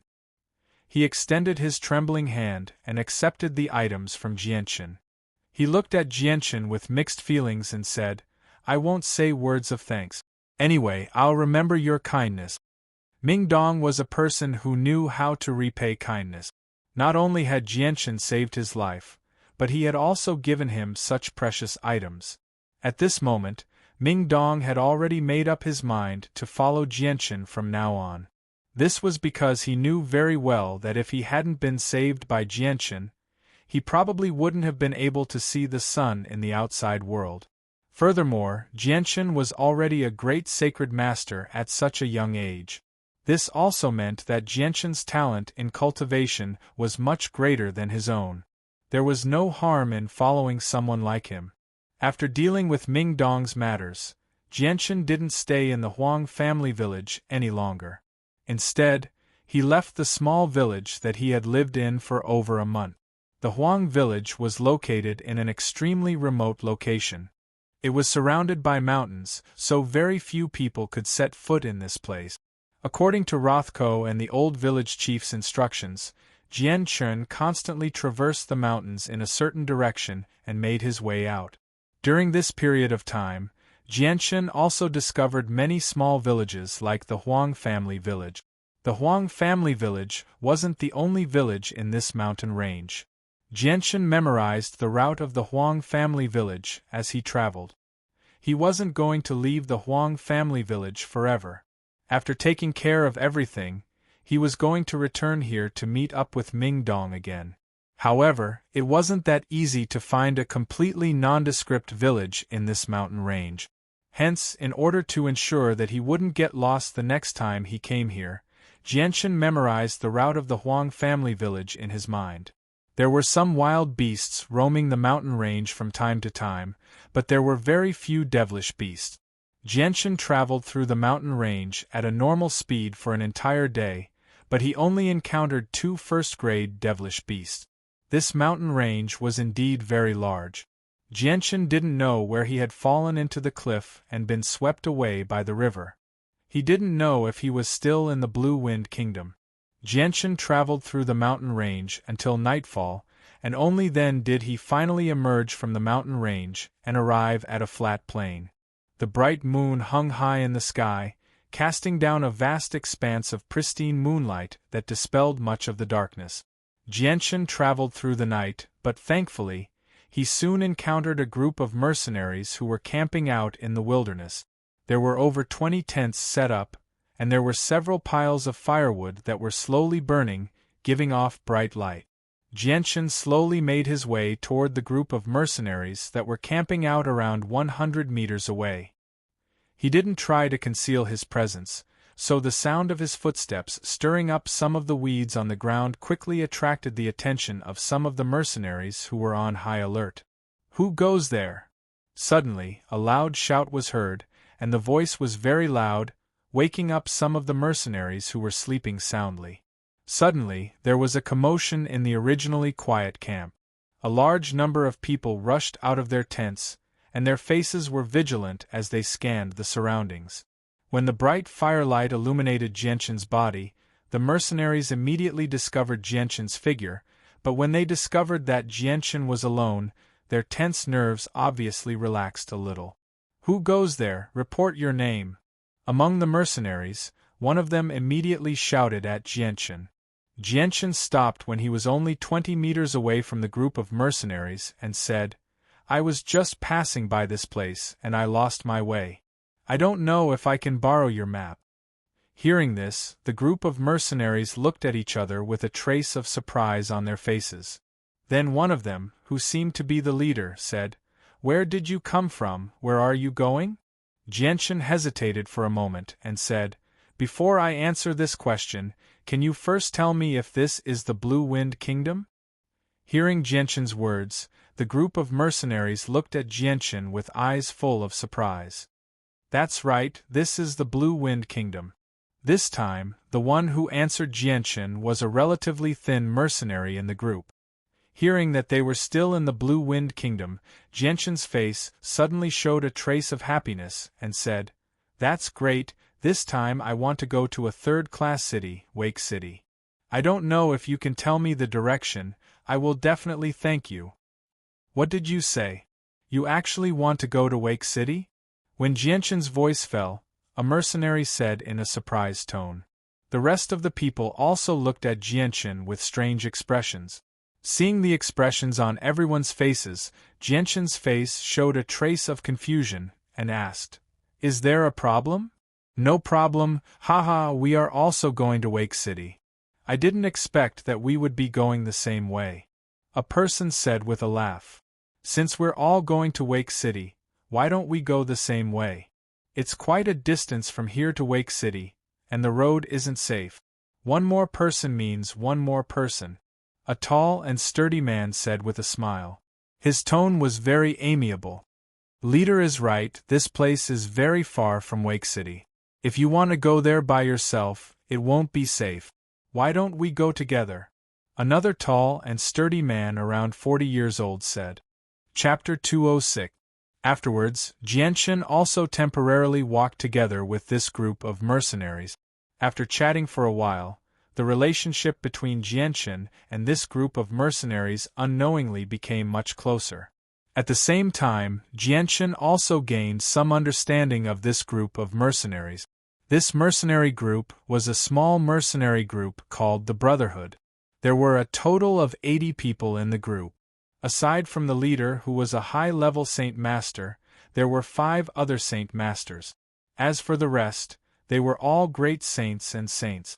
Because it was already late at night, Jianchen and the members of the Brotherhood mercenary group chatted for a while before going to rest. Jianchen took out a tent from his spatial belt and set it up.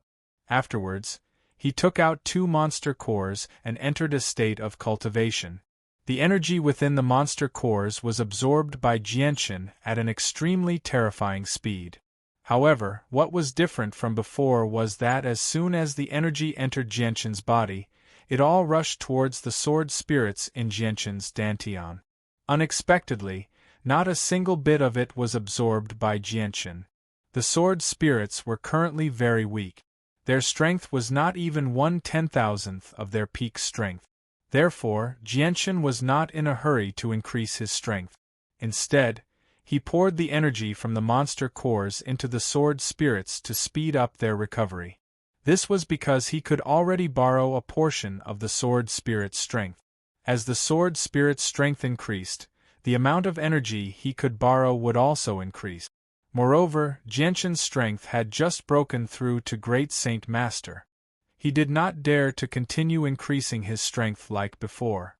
Although the berserk energy from the monster cores would be absorbed by the sword spirits, increasing his strength too quickly would only lead to an unstable foundation.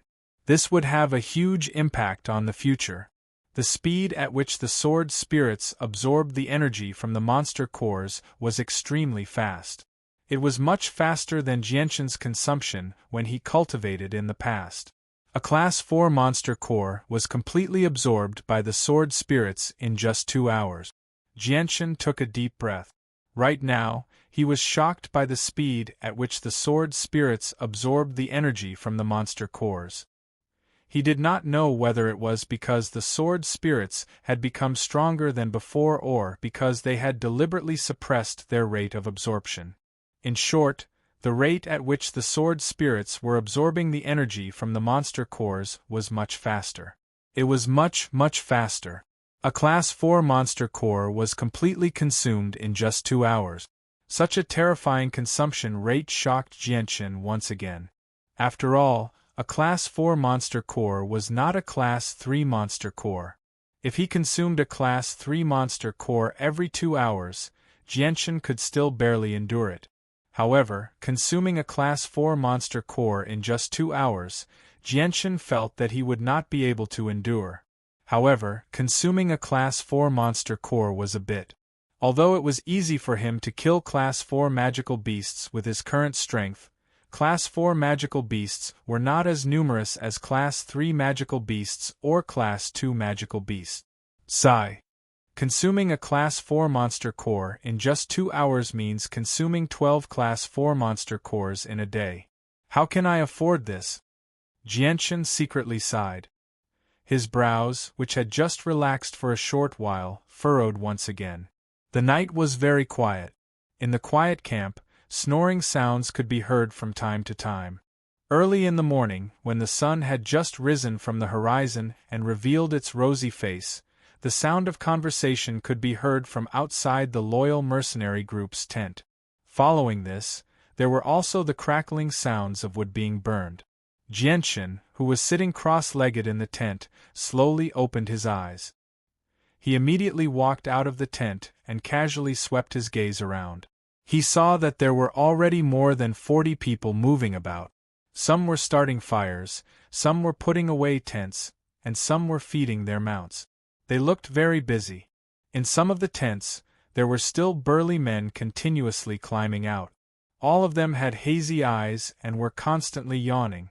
It was obvious that they did not sleep well. Jianchen shook his head slightly, then turned around and began to put away his tent. Hey Jianchen, did you sleep well last night? At this moment, a slightly deep voice sounded from not far away. Hearing this voice, Jianchen turned around and saw a burly, bare-chested burly man walking towards him. Jianchen recognized this person. It was the leader of the loyal mercenary group, heard of. Not bad. Jianchen replied with a smile. He did not sleep at all last night. To be more precise, Jianchen had rarely slept since he was young. Moreover, ever since he became a saint, he slept even less. He spent almost every night cultivating. Sleeping was nothing more than exhausting one's spirit during the day and needed sleep to recover. Once a person entered a deep sleep, their mind would go blank and enter a state of emptiness. In this state, they would not be able to feel the passage of time. Ordinary people used this most basic method to recover their spirit during the day. What was different for martial artists was that when they entered a state of cultivation, their spirit would also enter a state of emptiness. In this state, not only could his spirit recover, but the recovery speed was also much faster than when he was sleeping. Sleeping was actually a way to recover one's spirit. For some people with strong enough spirit, it was very normal for them to not sleep for several days and nights. After breakfast, the members of the loyal mercenary group immediately set off on their journey. Since Jianchen didn't have a mount, he sat in a carriage filled with goods as they made their way towards Wake City. In the blink of an eye, Jianchen and the loyal mercenary group had been on the road for a day. During this time, Jianchen would occasionally chat with some of the mercenaries. Unknowingly, their relationship seemed to have deepened. At this moment, Jianchen, who was sitting cross-legged in the carriage, suddenly had a change in expression. His slightly closed eyes suddenly opened and he looked forward with a sharp gaze. He shouted, "Everyone be careful, there is movement in front of us. It should be a magical beast rushing towards us."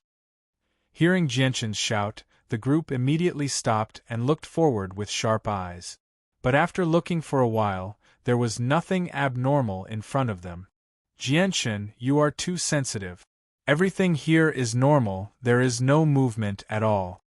One of the mercenaries turned to look at Jianchen and complained. "Yes, Jianchen, you can't say such things so casually. In the future, before things are clear, you should stop joking like this." This time, it was the leader of the loyal mercenary group, Herdolf, who spoke with a reproachful tone. However, just as Herdolf finished speaking, the ground suddenly began to tremble. "Leader, there really is movement. Pay attention to the ground." One of the mercenaries standing on the ground was the first to discover the movement and immediately reported to Herdolf. "The ground is shaking. Could it be that a cavalry team is passing by here? Could it be that we have encountered a group of magical beasts?" Following this person's words, the rest of the loyal mercenary group also discovered the movement on the ground. Their expressions became serious as they started to guess. "Alert, alert, get ready for battle." Herdolf didn't hesitate at all as he yelled out his orders. Chapter 207. The trembling of the ground was getting more and more intense, but they still couldn't see what was causing the commotion. Everyone in the Brotherhood mercenary group began to tense up. Their faces were extremely serious as they stared in front of them. It was rare to see such a strong commotion from so far away. At this moment they all realized that if there really was a magic beast in front of them like Jianchen said, then it must be very powerful. "Everyone be careful. If we can't fight it, then we should all scatter and run," Herdolf said with a heavy tone. At this moment, a middle-aged man wearing a luxurious robe walked up from behind Herdolf. He worriedly asked, "Captain Herdolf, what happened? I just heard that a magic beast was heading towards us. Could it be true?" "Mr. Harry, you should back off first. We don't have a clear picture of the situation yet, but from the commotion in front of us, if it's not a large group of cavalry, then it's very likely to be a large magic beast, and more than one." Although Herdolf's tone was calm, everyone could hear the seriousness in his voice. "Then can we protect these goods?" the middle-aged man asked again. "It's very difficult." Herdolf shook his head and said, "Mr. Harry, you should prepare to run for your life. If it's just a large group of cavalry, then it's fine. But if it's a magic beast, Mr. Harry, you know the consequences." AI. Hearing Herdolf's words, the middle-aged man let out a heavy sigh. These goods were all his, and he was the one who hired the Brotherhood mercenary group to escort them to Wake City. If they couldn't protect these goods, then the losses would be irreparable. This was because the funds for these goods were almost all of his savings from doing business over the years. Jianchen sat cross-legged in the carriage filled with goods. His eyes were also fixed in front of him, but compared to the others, he was much calmer. His expression was calm, and there wasn't a trace of panic in his eyes. At this moment, a small gray dot finally appeared in front of everyone's eyes. This little gray dot wasn't running very fast, but every step it took caused the surrounding ground to tremble slightly. This tremor continued to spread to a radius of several kilometers. At this moment, everyone finally saw the culprit that caused the ground to tremble. It really was a magic beast. The faces of the group of mercenaries couldn't help but become a little pale. If this was caused by humans, then it would be fine. At most, they would just have to make way or bribe them with some money. But if they encountered a magical beast, then other than fighting or running away, there was no other choice. In front of him was a humanoid magical beast that looked like a gorilla. It was 10 meters tall and had brown fur all over its body. It stood up like a human and ran forward step by step, mimicking the steps of a human. That's actually a war beast. Looking at the magic beast in front of him, Herdolf's face suddenly became very interesting. The serious expression between his brows also loosened a lot. War beasts, as the name suggests, seemed to be born for war. Not only were their bodies terrifyingly strong, but their strength was also limitless. They could directly overturn a city wall. Moreover, these magic beasts were also known as the children of the earth. They were the favored children of Mother Earth. They were born to control the earth. Depending on their strength, a single step could cause an earthquake of a few kilometers or even 100 kilometers. If a powerful war beast or several war beasts were to take a step at the same time, then the earthquake could cause a city wall 10 kilometers away to collapse. Although this was the case, the war beast's single attack was pitifully weak, and their speed was their weakness. Although there weren't many war beasts in the Tianyuan continent, they weren't rare either. Almost every powerful country had a few war beasts as slaves. Captain, that's a war beast. Its defense is very strong, but its attack is very weak. Its speed is also very slow. What should we do? Should we go all out and chase it away? A mercenary from the loyal mercenary group asked. No wonder it could cause such a big commotion. So it's a war beast. Since it's a war beast, then it'll be much easier. Herdov's face revealed a cold smile.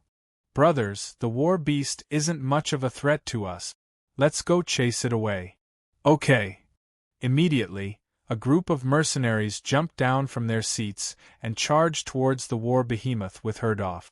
Jianchen sat in the carriage filled with goods. Looking at the war beast that was only 500 meters away from them, he quickly recalled some information about the war beasts in his mind. The war beast's strength is measured by its size. It's said that the war beasts that have reached the 6th rank are around 100 meters tall. The 5th rank war beasts are around 50 meters tall, and the 3rd rank war beasts are around 10 meters tall. Judging from this war beast should be a 4th rank magical beast. Jianchen muttered to himself. The war beast's defense is very strong. Even the magic crystal cannons can't do any damage to them. Moreover, as their strength increases, their defense becomes even more terrifying. It's very difficult to kill them. It's said that even in ancient times, the dragon clan, who stood at the peak of the magical beast world, couldn't compare with the war beasts in terms of defense. I wonder if I can break through this war beast's defense. Roar! Seeing the loyal mercenary group rushing towards it like ants, the war beast let out a loud roar towards the sky. Immediately after, it stomped heavily on the ground. Bang! Following a muffled sound, the ground within a radius of a few kilometers began to shake violently. Cracks the width of a palm quickly spread in all directions like a spider web, quickly covering the entire ground within a radius of a few kilometers. The violent shaking of the ground caused the dozen or so carriages filled with goods to shake violently. The shaking was so strong that even Jianchen, who was sitting on top of one of the carriages, was unable to control his body. Immediately after, he flipped over and landed on the ground. Crunch, crunch, the carriages continuously made sounds that sounded like they were in pain. Some of the goods piled on top of the carriages rolled to the ground one after another. Not long after, the dozen or so carriages all fell apart. This kind of earthquake didn't have much of an effect on the loyal mercenary group. Several dozen people quickly arrived at the foot of the war behemoth. Several dozen saint weapons with strong saint force ruthlessly hacked at the war behemoth. However, the war beast wasn't harmed in the slightest. Not even a single hair on the war beast's body was cut off. Roar! The war beast let out an angry roar. It lifted one of its large feet again and ruthlessly stomped on the head of a nearby mercenary. Chapter 208. The war beast's defense is too strong. Everyone, let's attack with all we've got. Herdov yelled. As soon as he finished speaking, a large amount of holy force gathered on the holy weapon in his hand. With a loud roar, the holy weapon emitted a powerful wave of holy force as it slashed towards the war beast. When Herdov's attack landed on the war behemoth's body, the result was the same as before. Not only was he unable to cause any damage to the war behemoth, he didn't even manage to cut off a single hair on its body. Damn it! Herdov couldn't help but curse under his breath. How can this war beast's defense be so strong? It's just standing there for me to kill, but I can't even kill it. Captain, this war beast's defense is too strong. We can't even hurt it. What do we do now? Should we avoid it? A mercenary asked loudly.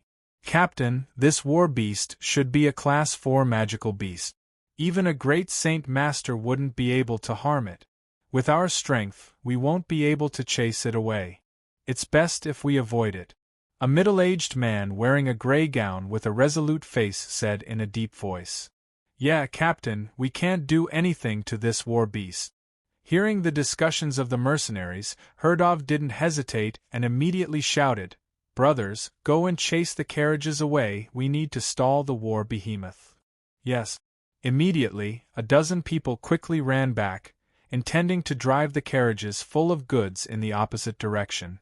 However, when they arrived in front of the carriages, they were all dumbfounded, because at this moment, the carriages had all fallen apart, and there was no way to drive them away. Shit, what do we do? There's so many goods. Even if we put all of our portal belts together, we can't fit all of them. The mercenaries were in a dilemma. Even the owner of the carriages, Mr. Harry, had a bitter look on his face. Boom! Boom! At this moment, the ground began to shake violently once again. The war behemoth stomped its heavy footsteps, carrying an indomitable aura as it walked towards the broken carriages. As for the loyal mercenaries who were constantly harassing it, it was a rare sight that the war behemoth didn't even care about them. Shit, it's coming. Mr. Harry, let's put the valuables in our portal belts first. There's no way we can take everything with us. Looking at the approaching war behemoth, a mercenary said anxiously to the middle-aged man with a weak face. But these goods are very important. They are almost all of my belongings. If I give them up just like that, I will suffer a great loss. Moreover, my space belt is not big. I can't carry many things with me. Mr. Harry had a long face as he looked at the goods that filled more than a dozen carriages. His face was full of heartache and unwillingness. Everyone, don't panic. Let me deal with this war beast. I can stop it. Just when the mercenaries and Mr. Harry were in a panic, a calm voice suddenly came from the side. Hearing this, the mercenaries all subconsciously turned their head. The person who spoke was actually Jianchen, who didn't participate in the battle. A few mercenaries and Mr. Harry all stared at Jianchen's face. He looked like he was in his 20s. They clearly didn't believe him. One of the mercenaries couldn't help but ask, What did you say? Jianchen, you stopped the battle beast. Jianchen, this is a war beast with an extremely high defense, and it has a Class 4 monster core. Unless we have an Earth Saint Master here, even a great Saint Master won't be able to stop the war beast's advance. One of the experienced mercenaries said. They didn't believe that Jianchen had the strength to stop a Class 4 war beast at such a young age. Jianchen only smiled in response to everyone's questioning. He didn't explain anything. Then, he stomped off the ground and shot up like a cannonball, charging toward the war behemoth 100 meters away. Jianchen's speed was extremely fast. In the blink of an eye, he had arrived in front of the war beast. Immediately after, a long silver sword appeared in his hand. Carrying a sharp sword chi, it turned into a silver light and pierced towards the war beast's forehead. When the tip of the light-wind sword came into contact with the war beast's forehead, it was unable to advance any further. Jianchen's face slightly changed. The resistance from the light-wind sword made him suspect that the war beast in front of him wasn't a magic beast, but a piece of iron. Roar! The war beast let out an angry roar. Its two fist-sized eyes were filled with bloodlust as it stared at Jianchen. It swung its arms towards Jianchen. Jianchen somersaulted in the air and landed on the ground. His eyes were serious as he stared at the war beast in front of him. In a low voice, he said, "What a strong defense. It's actually much stronger than what I expected." No wonder the rumors said that the war beast couldn't even be damaged by the magic crystal cannons. This sword strike had only left a very shallow mark on the war beast's forehead. It hadn't done any real damage. Although Jianchen hadn't used his full strength, Jianchen knew that with his current strength, even if he used his full strength, he still wouldn't be able to break through the war beast's defense. The defense of the war beasts was renowned throughout the Tianyuan continent. It was rumored that no opponent of the same level, be it magical beasts or humans, would be able to harm the war beast. Even if humans used powerful battle skills, they would only be able to injure the war beasts slightly. For a war beast that had reached the 4th rank, even an Earth Saint Master would have to expend a lot of effort to kill it. Boom, boom, boom. The war beast stared at Jianchen as it walked step by step towards Jianchen. The war beast's previous strike had caused it to feel a bit of pain. Jianchen, hurry up and run. The war beast is coming for you. Headoff shouted at Jianchen. However, Jianchen ignored Headoff's warning. Instead, he stared at the approaching war behemoth. Suddenly, the light wind sword began to emit a faint purple and green light. The war beast arrived in front of Jianchen and let out a loud roar as it raised its foot to stomp down on Jianchen. Jianchen dodged the war beast's foot and leapt into the air, once again arriving in front of the war beast's forehead. The light wind sword in his hand glowed with a faint purple and green light as it pierced towards the war beast. This time, when the tip of the light wind sword came into contact with the war behemoth's forehead, it was as if the war behemoth's defense was no longer there, and the light wind sword easily broke through. In the end, the light wind sword actually managed to pierce through the war behemoth's skull with ease.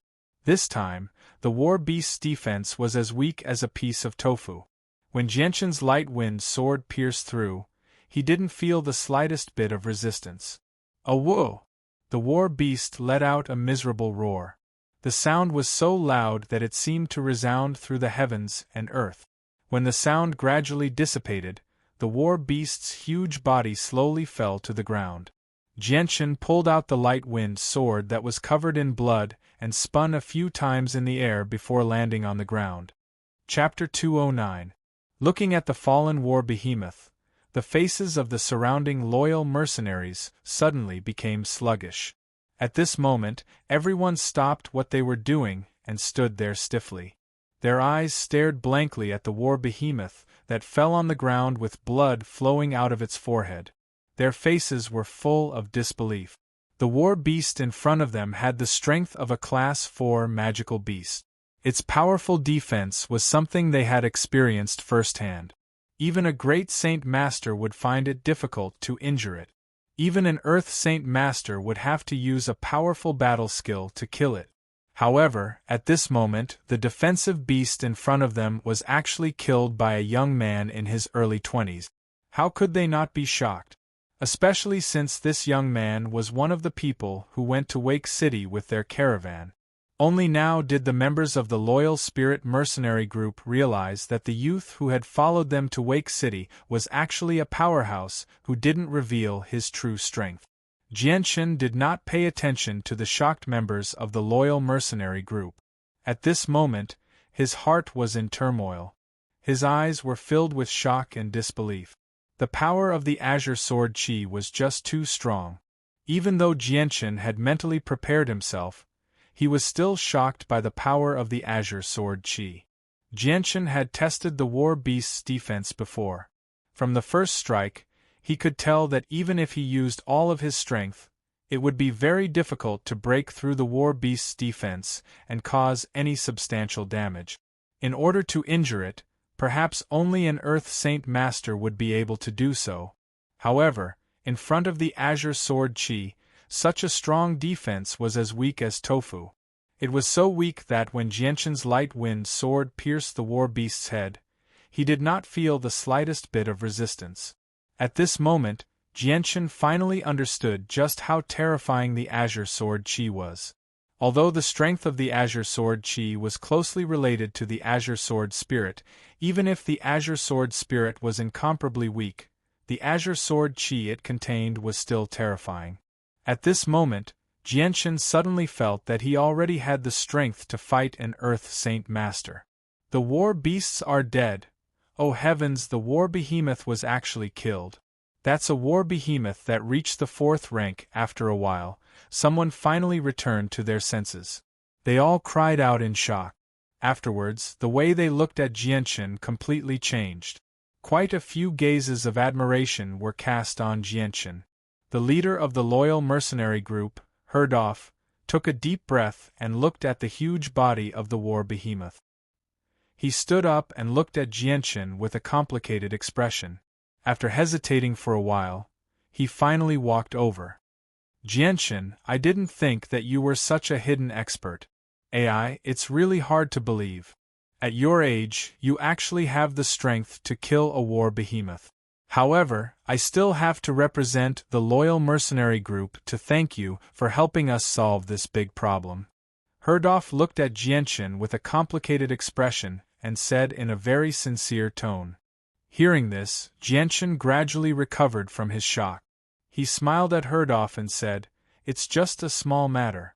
Leader, you don't have to be so polite. Moreover, since we're going the same way, I should help out a little if we meet any problems along the way." Jianchen and Herdolf politely exchanged a few words before going off to do other things. The loyal mercenary group also split into two groups. One group went to repair the damaged carriage, while the other went to deal with the war behemoth's body.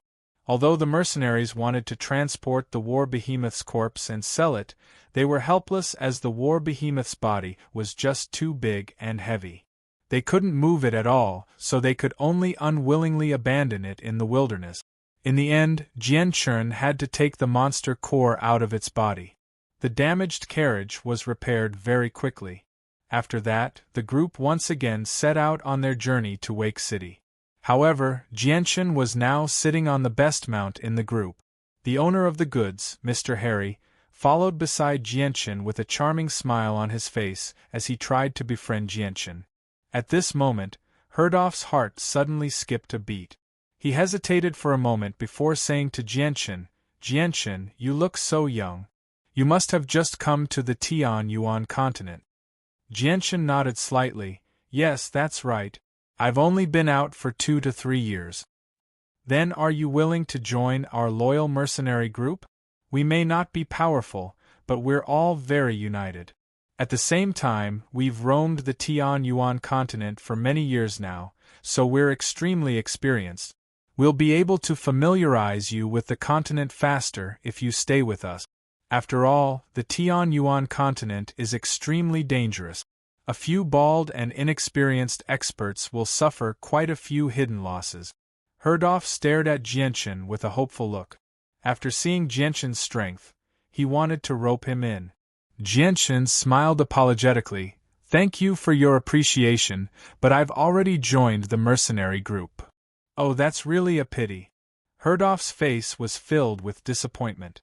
After a slight pause, he casually said, "Since Jianchen has taken a fancy to this mercenary group, it must be very strong." Jianchen bitterly smiled and shook his head. "Including me, there are only 2 people in our mercenary group, and I am the leader." Hearing this, Herdolf stared at Jianchen with a strange expression. He didn't say anything else and lowered his head in thought. The caravan slowly moved towards Wake City. On the way, Jianchen's position in the mercenary group had completely changed. Everyone was extremely respectful to him, far surpassing Herdolf. Even Herdolf's attitude towards Jianchen had become much more intimate. The rest of the journey was very peaceful.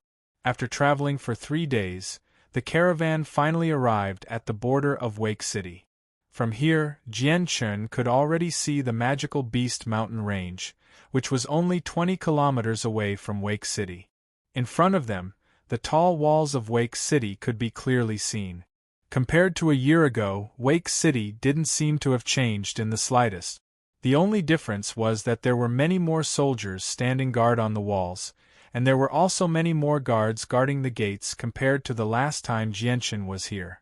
Looking at the old walls that had been washed by the passage of time, Jianchen couldn't help but recall the time when he was chased by the Tianxiong clan and was forced to flee.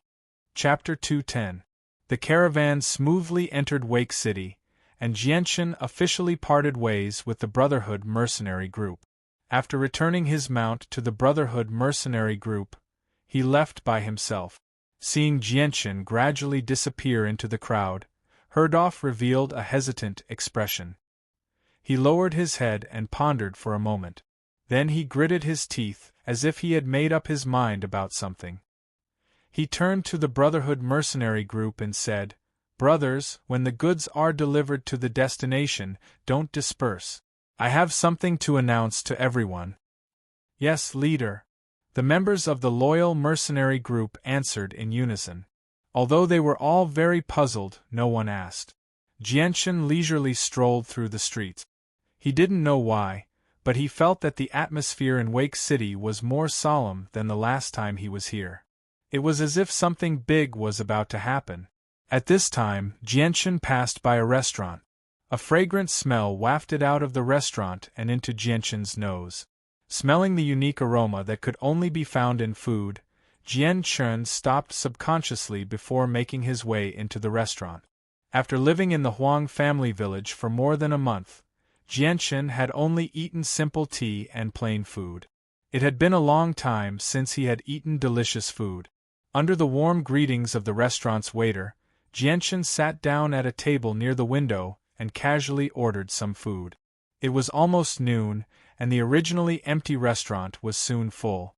A large group of tall and sturdy men sat in front of a table and talked loudly. The entire restaurant was in a clamor.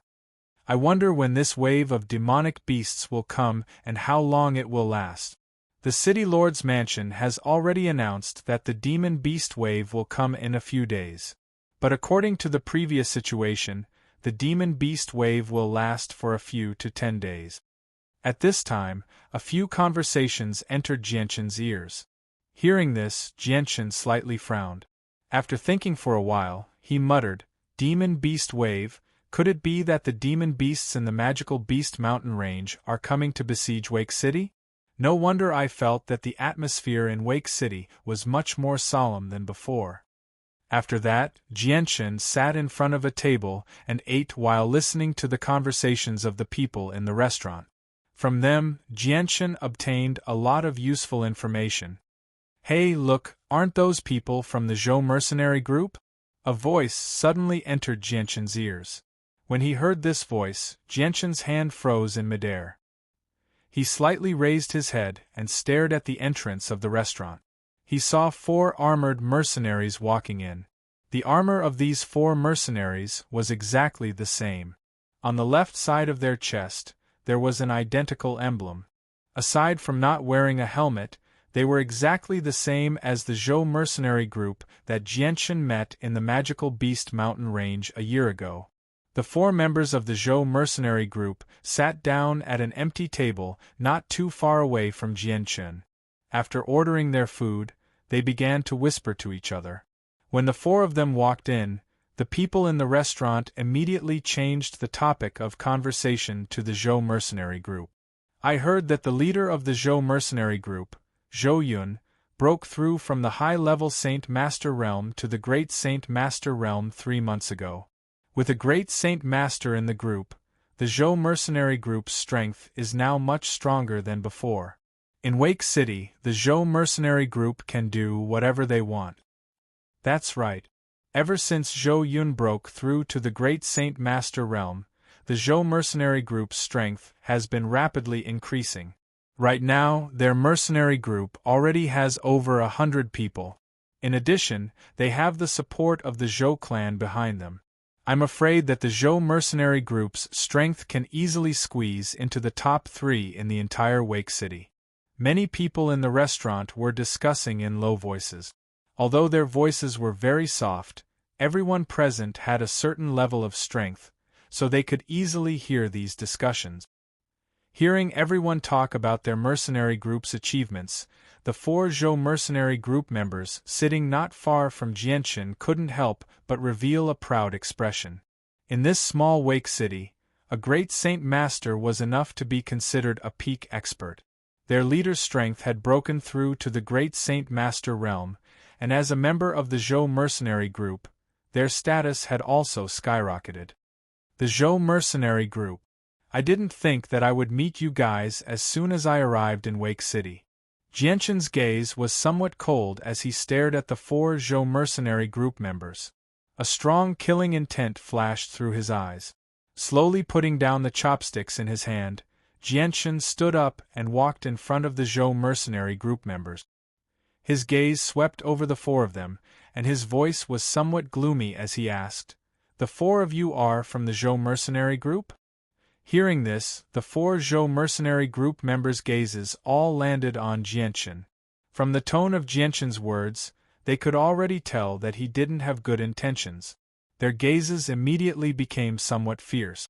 That's right, we are from the Zhou mercenary group. Brat, who are you? Tell us your name. One of the Zhou mercenary group members with a somewhat explosive temper immediately shouted at Jianshan. The 4 people from the Zhou mercenary group were originally the most popular table in the restaurant. Coupled with this person's angry shout, it immediately attracted the attention of some of the mercenaries who were eating in the restaurant. Everyone's eyes were gathered on the table of the Zhou mercenary group, ready to watch a good show. Humph! Jianshan coldly snorted. The corner of his mouth revealed a trace of a sinister smile. He didn't say anything else, and the silvery white light wind sword suddenly appeared in his right hand. With a flash of white light, the light wind sword's sharp tip had already pierced through the Zhou mercenary group member's throat at an extremely fast speed. Seeing that their companion's throat had already been pierced through, the other 3 Zhou mercenary group members were stunned for a moment. However, they quickly recovered and were all enraged. You dare to oppose our Zhou mercenary group? You're courting death. Following an angry shout, the other 3 Zhou mercenary group members immediately took out their saint weapons and slashed towards Jianshan. In a flash, the light wind sword was pulled out from the Zhou mercenary group member's throat. Following that, a silvery white sword light flashed. Just as the 3 Zhou mercenary group members were about to swing their saint weapons, the light wind sword had already cut through 2 of their throat. Finally, it came to a stop at the neck of the last Zhou mercenary group member. Seeing that his opponent's weapon was already at his neck, the last surviving mercenary hurriedly pulled back his saint weapon in fright. His face paled as he stared at Jianshan's face that was only in his 20s in disbelief. He really found it hard to believe that with his current strength as a beginner saint master, he was actually not the opponent of this brat who seemed to be in his early 20s at most. Turning his eyes slightly, the mercenary group member's gaze moved towards the other 2 Zhou mercenaries. All he saw was a streak of red liquid flowing out from their neck. Following that, the 2 Zhou mercenaries' bodies simultaneously fell backward. Seeing this scene, the remaining Zhou mercenary group member was immediately scared to death. His heart was filled with panic as he hurriedly begged for mercy. Don't kill me, don't kill me. Great hero, please spare my life. If you have something to say, we can talk it out. If you have something to say, please don't kill me. I'll do whatever you want me to do. Chapter 211. With a sword pointed at his throat, the mercenary didn't dare to disobey. Without any hesitation, he agreed to Jianshan's request and brought Jianshan to the Zhou mercenary group's headquarters. His face was still filled with fear. When Jianshan and the Zhou mercenary group member left the restaurant, the originally silent restaurant suddenly burst into an uproar. Everyone's eyes were filled with disbelief as they stared at the 3 dead Zhou mercenary group members lying on the ground. Who is that young brat? He's actually so strong. I didn't even see how he killed the Zhou mercenary group members. His speed was too fast, so fast that I couldn't even see it clearly. It's really too hard to believe. I'm already in my 40s, but my strength is only at the low Saint Master level. That young man looks to be in his 20s at most, but he was actually able to kill the Zhou mercenary group members who were even stronger than me. It's really too unbelievable. That young man's strength is too strong. I think he's at least at the great Saint Master level. The Zhou mercenary group must have offended him before, so he came today to seek revenge. The Zhou mercenary group's leader, Zhou Yun, also has the strength of a great Saint Master. Not only that, they also have many Saint Master level experts. That young man is going to the Zhou mercenary group's headquarters to find trouble with them. I wonder if he's a match for the Zhou mercenary group. The mysterious young expert is coming to seek revenge on the Zhou mercenary group. The battle will definitely be very exciting. I definitely have to go and see. Right, there's definitely going to be an exciting battle. Let's quickly go and see. Let's go and see. We definitely can't miss out on such an exciting battle. Soon after, the people in the restaurant also called out to each other and followed them out. In the blink of an eye, the restaurant that was originally almost full became empty. Jianchen didn't point his light wind sword at the Zhou mercenary group's member. Instead, he followed behind him at a leisurely pace. Although Jianchen didn't seem to be paying attention to the Zhou mercenary group's member at all, as long as the Zhou mercenary group's member tried to escape, Jianchen's light wind sword would instantly pierce his throat. About 50 meters behind Jianchen, there was a large group of people coming out of the restaurant. The headquarters of the Zhou mercenary group was located in the eastern region of Wake City. It was a large mansion, and above the entrance of the mansion, there was a signboard with the words Zhou mercenary group written in flamboyant calligraphy. In front of the mansion's entrance, there were 4 fully armed mercenaries standing there with their backs straight. Looking at the huge plaque above the courtyard, Jianchen couldn't help but reveal a somewhat sinister smile. A dense killing intent flashed in his eyes as he slowly walked towards the door. This is the territory of the Zhou mercenary group. Who are you? State your name.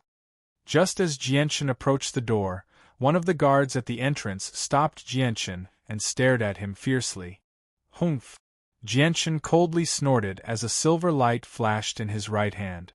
In the next moment, the neck of the mercenary who had shouted at Jianchen began to spurt out fresh blood like a fountain. The Zhou mercenary group's member tightly gripped his neck with a pained expression on his face before his entire body fell to the ground. Seeing their comrade fall to the ground, the other 3 guards were stunned for a moment before immediately coming back to their senses and angrily staring at Jianchen. How dare you kill people in our Zhou mercenary group's territory? You must be tired of living. Following one of the guards' words, 2 of them immediately took out their saint weapons and slashed towards Jianchen. The last guard quickly opened the door and ran in to report. However, just as the 2 of them were about to move, Jianchen's light wind sword turned into a silver light and pierced through their throats at a speed that they couldn't even react to. In the blink of an eye, 3 of the 4 guards at the entrance had been killed by Jianchen. Only the last guard was able to escape. Coldly looking at the 3 corpses on the ground, Jianchen's gaze landed on the plaque above the entrance and muttered, "The Zhou mercenary group, from today onwards, your name is no longer in Wake City." As soon as he finished speaking, Jianchen leapt into the air. His light wind sword transformed into a hazy sword shadow that enveloped the entire signboard. In the blink of an eye, the signboard was cut into pieces. After destroying the plaque, Jianchen directly kicked the tightly shut door. With a bang sound, the 3-inch thick wooden door was kicked out of its frame by Jianchen and flew towards the ground like a hidden weapon. Boom! However, just as the door flew inside, an even louder explosion sounded out. The huge wooden door was smashed into pieces, and a large amount of wooden shards flew in all directions. Humph! Who dares to make things difficult for our Zhou mercenary group? At the same time, a voice filled with endless anger sounded out from inside. Jianchen was not in a hurry as he walked in step by step. His footsteps were light as if he was taking a leisurely stroll. His expression was indifferent as if he did not care about the Zhou mercenary group at all. When Jianchen walked into the courtyard, the scene inside entered his eyes. Right in front of him was a large open space with a middle-aged man wearing a blue robe standing there. The middle-aged man was around 50 years old and had several scars on his face, making him look somewhat fierce and terrifying. Behind the middle-aged man, there were already more than 20 people standing there. Moreover, there were still people rushing over from all around the house. In a short moment, the open space was filled with over 100 people and Jianchen was surrounded in the middle. The middle-aged man with scars on his face looked at Jianchen with a sharp gaze and said in a deep voice, "Brat, who are you and why are you making things difficult for our Zhou mercenary group?" Jianchen glanced around coldly and ignored the middle-aged man's words. Instead, he asked, "Is everyone from your Zhou mercenary group here?" Hearing this, the middle-aged man frowned and coldly said, What do you mean by that? Chapter 212. Jianshan's calm words caused the faces of the Zhou mercenaries to change greatly. Immediately, each and every one of them glared fiercely at Jianshan, their eyes filled with killing intent and anger. The middle-aged man's face became gloomy as he glared fiercely at Jianshan. With a cold snort, he angrily shouted, "Brat, you don't have the qualifications to say such words. Men, take him down. Let this arrogant brat understand that our Zhou mercenary group is not a place where anyone can behave atrociously." Following the middle-aged man's command, the mercenaries surrounding Jianshan did not hesitate in the slightest. One by one, they took out their saint weapons and charged towards Jianshan from all directions. The corners of Jianshan's mouth curled up into a sneer as his body flickered and disappeared from where he was standing. Following his disappearance, all of the weapons that were flying towards him also missed. Jianshan's speed was extremely fast as he shuttled through the battlefield. His light-wind sword was like a bolt of lightning as it pierced through the air. Every time his sword pierced through a person's throat, the Saint and Great Saint Realm mercenaries did not even have the time to react before they were killed one by one. Among them, there were many who did not even know how they died. Although Jianshan was fighting alone against over 100 people, the difference in strength between the two sides was simply too great. Thus, the situation was a one-sided massacre. The Zhou mercenaries were completely powerless against Jianshan. They could not even catch a glimpse of Jianshan's figure. Under Jianshan's fast killing speed, 1 or 2 people were killed in the blink of an eye. In just a few breaths of time, 7 or 8 people had died under his sword. This scene lasted for only 5 breaths of time. Out of the 100 or so people of the Zhou mercenary group, nearly 50 of them were lying on the ground. The middle-aged man with the scars on his face stared blankly at Jianshan, who was like a killing machine. His face was filled with disbelief. In less than 10 seconds, Jianshan had killed 50 people. Such a fast killing speed had scared the middle-aged man silly. Jianshan was dressed in white as he moved back and forth in the crowd like flowing water. Wherever he went, the people around him would fall down in droves as blood splattered in the air. In this short period of time, the ground had already been dyed red by the blood that had gathered. The merciless killing was carried out silently. Only the constant shouting of the Zhou mercenary group members could be heard, but surprisingly, not a single scream was heard. This was because when their throats were cut by Jianshan, they couldn't make a single sound. Some of them didn't even feel the pain before they lost consciousness. After a few breaths of time, Jianshan finally stopped his merciless killing. At this moment, the empty space in the courtyard was filled with corpses.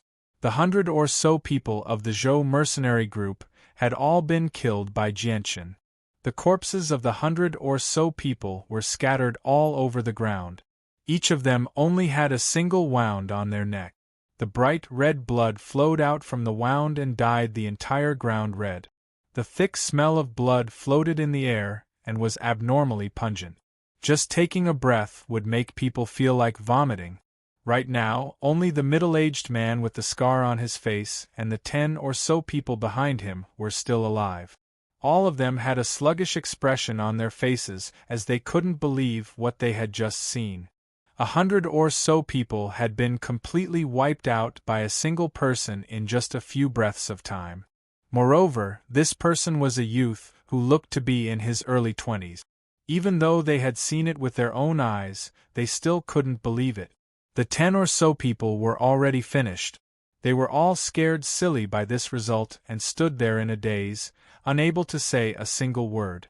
When Jianshan's calm and cold eyes fell on the 10 or so people, his face revealed a cruel smile.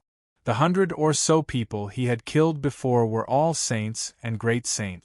However, the 10 or so people in front of him were the true pillars of the Zhou mercenary group. Each of them had the strength of a saint master. Following this, Jianshan didn't waste any more words. His body moved as he quickly rushed towards the remaining 10 or so people. The light wind sword turned into a silver light and in a flash, It effortlessly pierced through the throats of 2 of the Saint Masters and took their lives.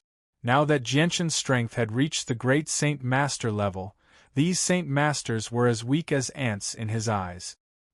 His quick sword wasn't something these Saint Masters could dodge. Towards the Zhou mercenary group, Jianshan didn't plan on letting any of them go. After killing the 2 Saint Masters, Jianshan's light wind sword once again turned into a silver light and enveloped the remaining people. Pooh! Pooh! Pooh! Following the sound of the light wind sword cutting through the throats, another 3 Saint Masters were pierced through in the blink of an eye. Only at this time did the remaining Saint Masters come back to their senses. Their expressions greatly changed, and they didn't dare hesitate. They immediately used all of their strength and frantically dodged in all directions, trying to pull the monsters away from Jianshan. Stop, stop, if you have something to say we can talk about it. Quickly stop. The middle-aged man with the knife scar on his face miserably dodged as he shouted. Right now, his expression was no longer as calm as before and was completely filled with fear. Jianshan stopped his merciless slaughter and calmly looked at the remaining Saint Masters and said, "Speak, where is the leader of your Zhou mercenary group?"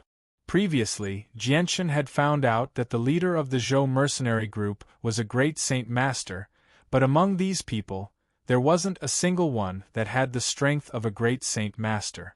This could only mean that the leader of the Zhou mercenary group wasn't here. Regarding the leader of the Zhou mercenary group, Jianshan had already given the order to kill him. The man with the knife scar took a deep breath and forced himself to calm down.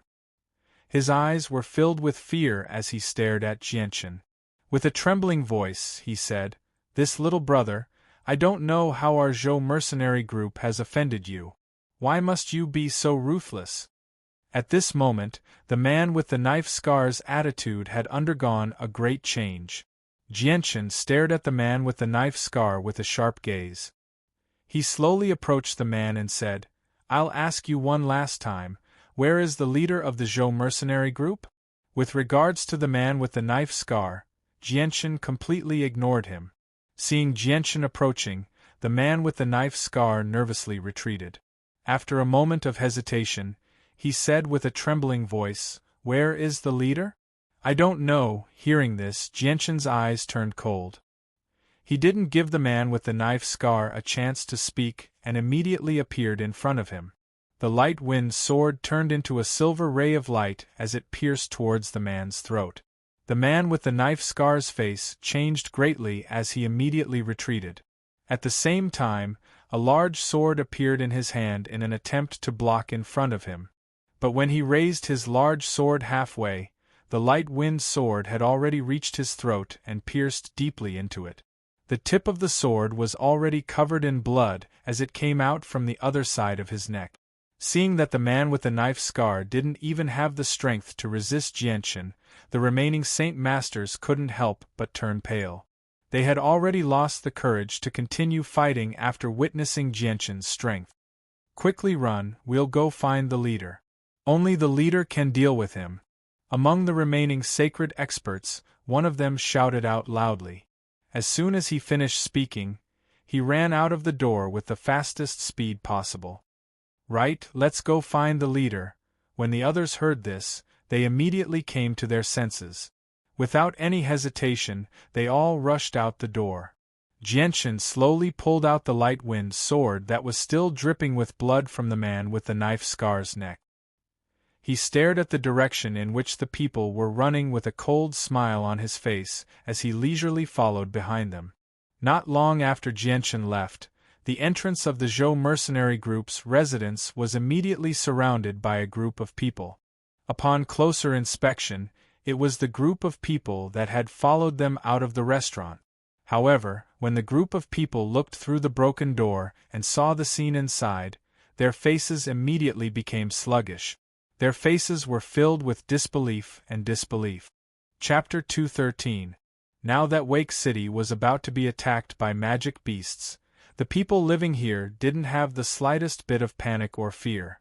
Apart from the atmosphere of the city being a lot more dignified than usual, everything else was the same as before. Everyone did what they were supposed to do. Wake City was very close to the magical Beast Mountain range, only 20 kilometers away. As a third-rank city that had stood tall in this area for quite some time, it had experienced countless waves of magical beasts. Relying on its sturdy city walls that were comparable to a first-rank city's walls, this small third-rank city had withstood every single magical beast attack. Therefore, the people who were born and raised here were already used to magical beast attack. Within Wake City, because of the news released by the City Lord's Mansion and the missions given by the Mercenary Guild, there was a constant stream of mercenaries gathering in Wake City, quietly waiting for the day when the magical beasts would attack. The current Wake City streets were much more crowded than before. If one looked carefully, they would discover that the majority of these people were mercenaries. The entire street was extremely noisy. Move aside, quickly move aside. Right at this moment, a few panicked and anxious voices suddenly came from the other end of the street. Along with the commotion of the crowd on the street, several middle-aged men rushed over from the distance with panicked expressions. These middle-aged men all wore different colored clothes, but on their chests, they all had identical badges. Anyone who blocked their way was mercilessly pushed away by these middle-aged men, causing many people to curse them. As for those with bad tempers who boasted that they weren't weak, they had already taken out their weapons. It looked like they were going to settle the score with these middle-aged men. Look at the badges on their chests. Aren't they from the Zhou mercenary group? They are from the Zhou mercenary group. Why do they look so flustered? It looks like they are being chased down. When some people noticed the badges on the middle-aged men's chests, they immediately cried out in surprise. Their voices contained a bit of astonishment. When they heard that these middle-aged men were actually from the Zhou mercenary group, the mercenaries who were pushed away by them immediately suppressed the anger in their hearts. They could only glare angrily at the few of them. The Zhou Mercenary Company's captain, Zhou Yun, breaking through to the Great Saint Master level was not a small matter in Wake City. After all, in this small third-rank city, a Great Saint Master was already a peak-level expert. As for the Zhou Mercenary Company, after their captain, Zhou Yun, became a Great Saint Master, their status also suddenly rose and they became a considerable power in Wake City. Obviously, no one was willing to offend the Zhou mercenary group for such a small matter. These members of the Zhou mercenary group ran very quickly and disappeared at the end of the street in the blink of an eye. Along the way, they attracted many strange gazes from the people on the street. Not long after the Zhou mercenary group disappeared from the street, a white figure shot out from the other end of the street and chased after the Zhou mercenary group at an extremely fast speed. What's going on? Could it be that someone is looking for trouble with the Zhou mercenary group? It shouldn't be. Right now, the Zhou mercenary group already has a Great Saint Master, and their relationship with the Zhou clan is also very close. Who would dare to look for trouble with the Zhou mercenary group at this time? Such a scene caused the people on the street and the mercenaries to start guessing one after another. All kinds of discussions continued one after another.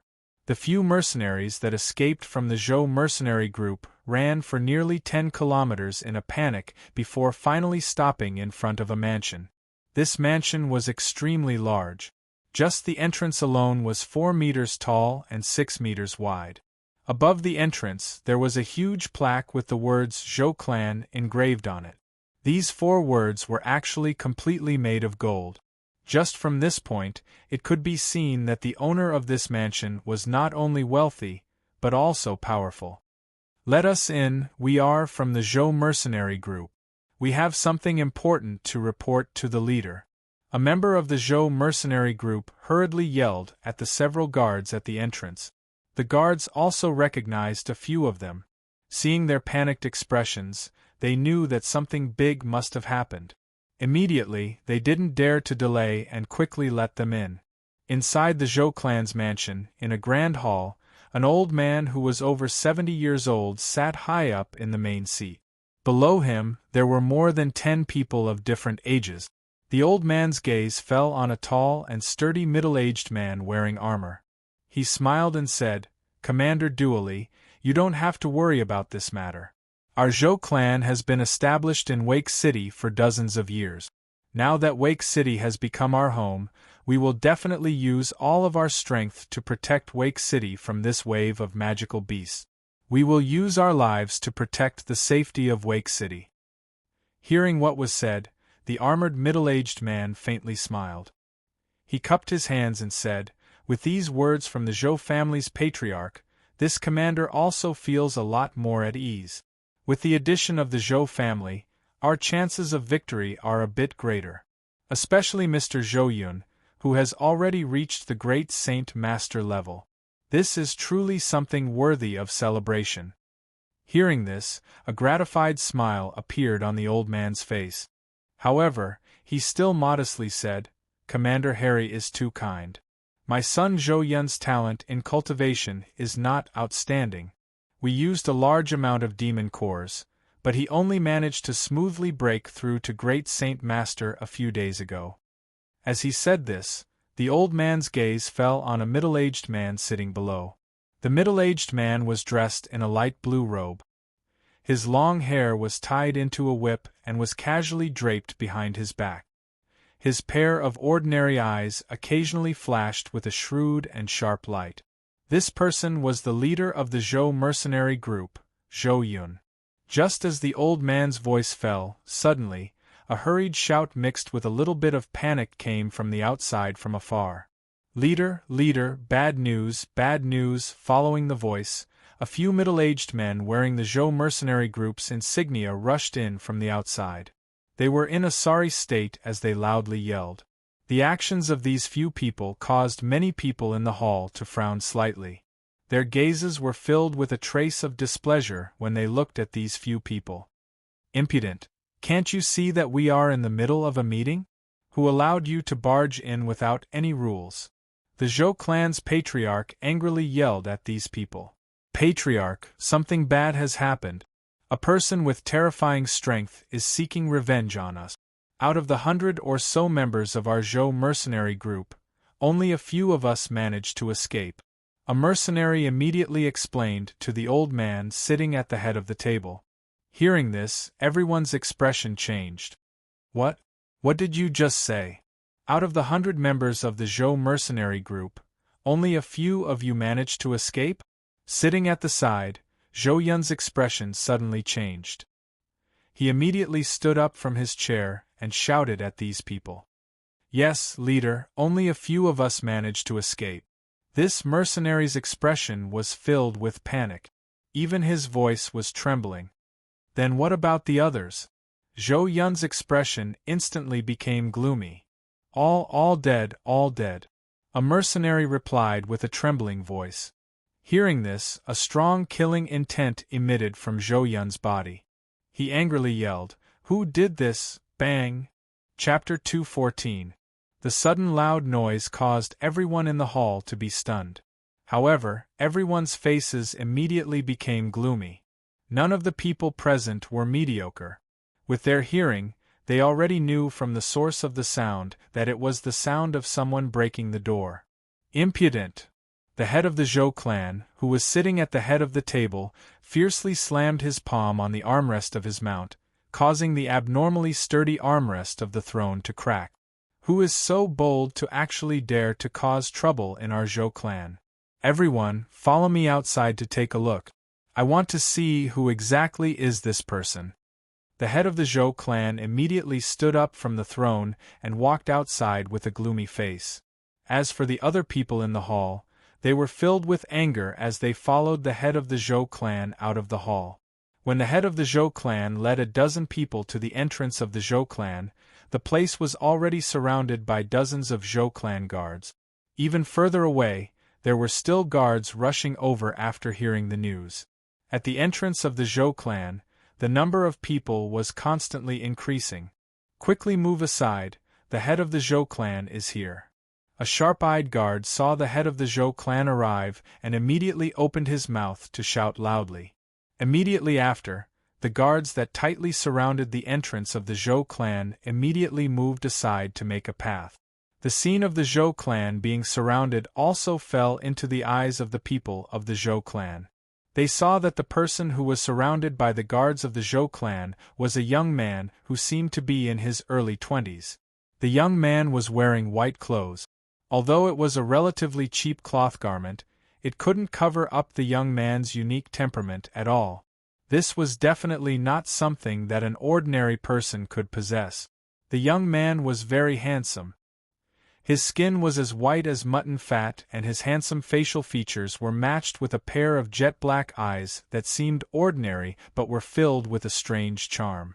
He was simply the killer of all the young girls in the world.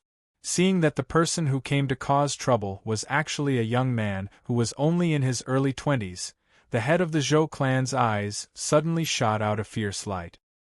He looked directly at Jianchen and said in a deep voice, "Who are you? You actually dare to cause trouble in our Zhou clan. Do you really think that our Zhou clan is easy to bully?" Jianchen's expression was calm. He calmly stared at the old man who spoke and asked indifferently, "Who are you?" Seeing Jianchen's disdainful attitude, the Zhou clan's patriarch's gaze turned cold, and he coldly said, "Old man is the Zhou clan's patriarch, Zhou Butong. Oh, so you are the patriarch of the Zhou clan." A faint smile appeared on Jianchen's face. He then cupped his hands and said, "I'm Jianchen. I'm here to ask for a person. As long as the Zhou clan is willing to hand over that person, I'll leave immediately." Zhou Butong was so angry that he started laughing. He said, "You want someone? Haha, what an ignorant brat. You actually dare to come to our Zhou clan and ask for someone. Brat, in Wake City, there aren't many people who dare to behave atrociously in our Zhou clan. You're the first."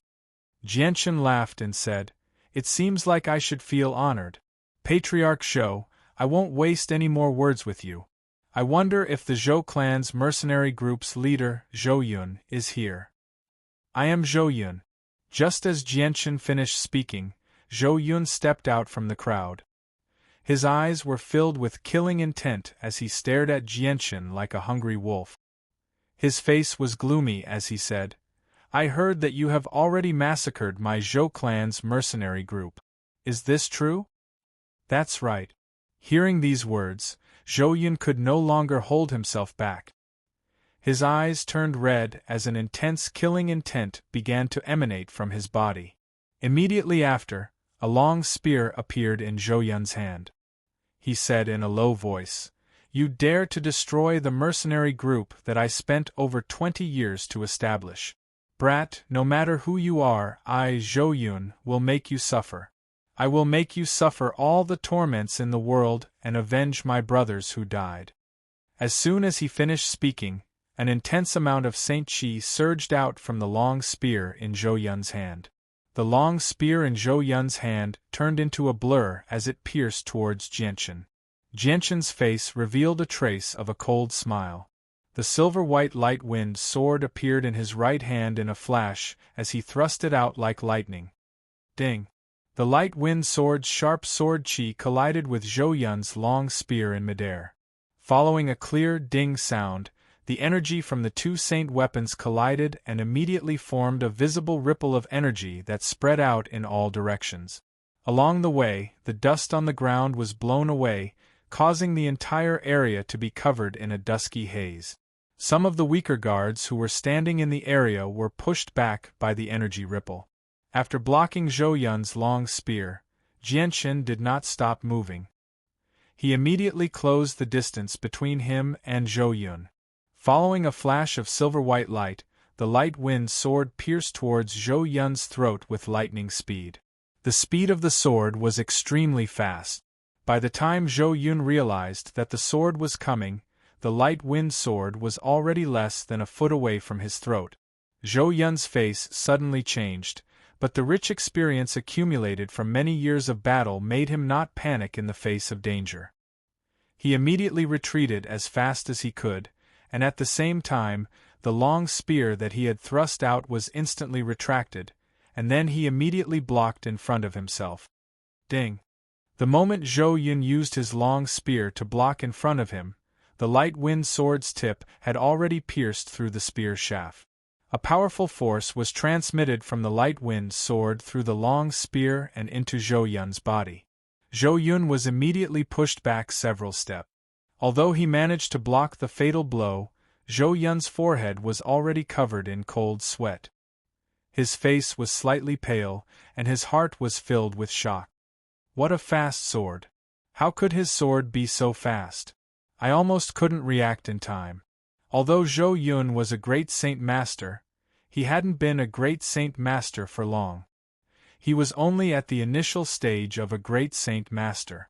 In Jian Chen's eyes, Zhou Yun's strength was only a bit stronger than a high-level Saint Master. However, just as this thought appeared in Zhou Yun's mind, before he could control his body that was continuously retreating, a white dot of light rapidly enlarged in his eyes. This time, the speed was actually a bit faster than before. In a short moment, the light wind sword had already reached Zhou Yun's throat.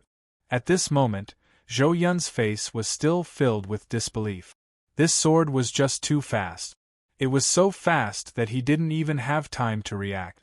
However, just when Zhou Yun thought that he was going to die, his vision blurred and a huge sword the size of a palm appeared out of thin air in front of him.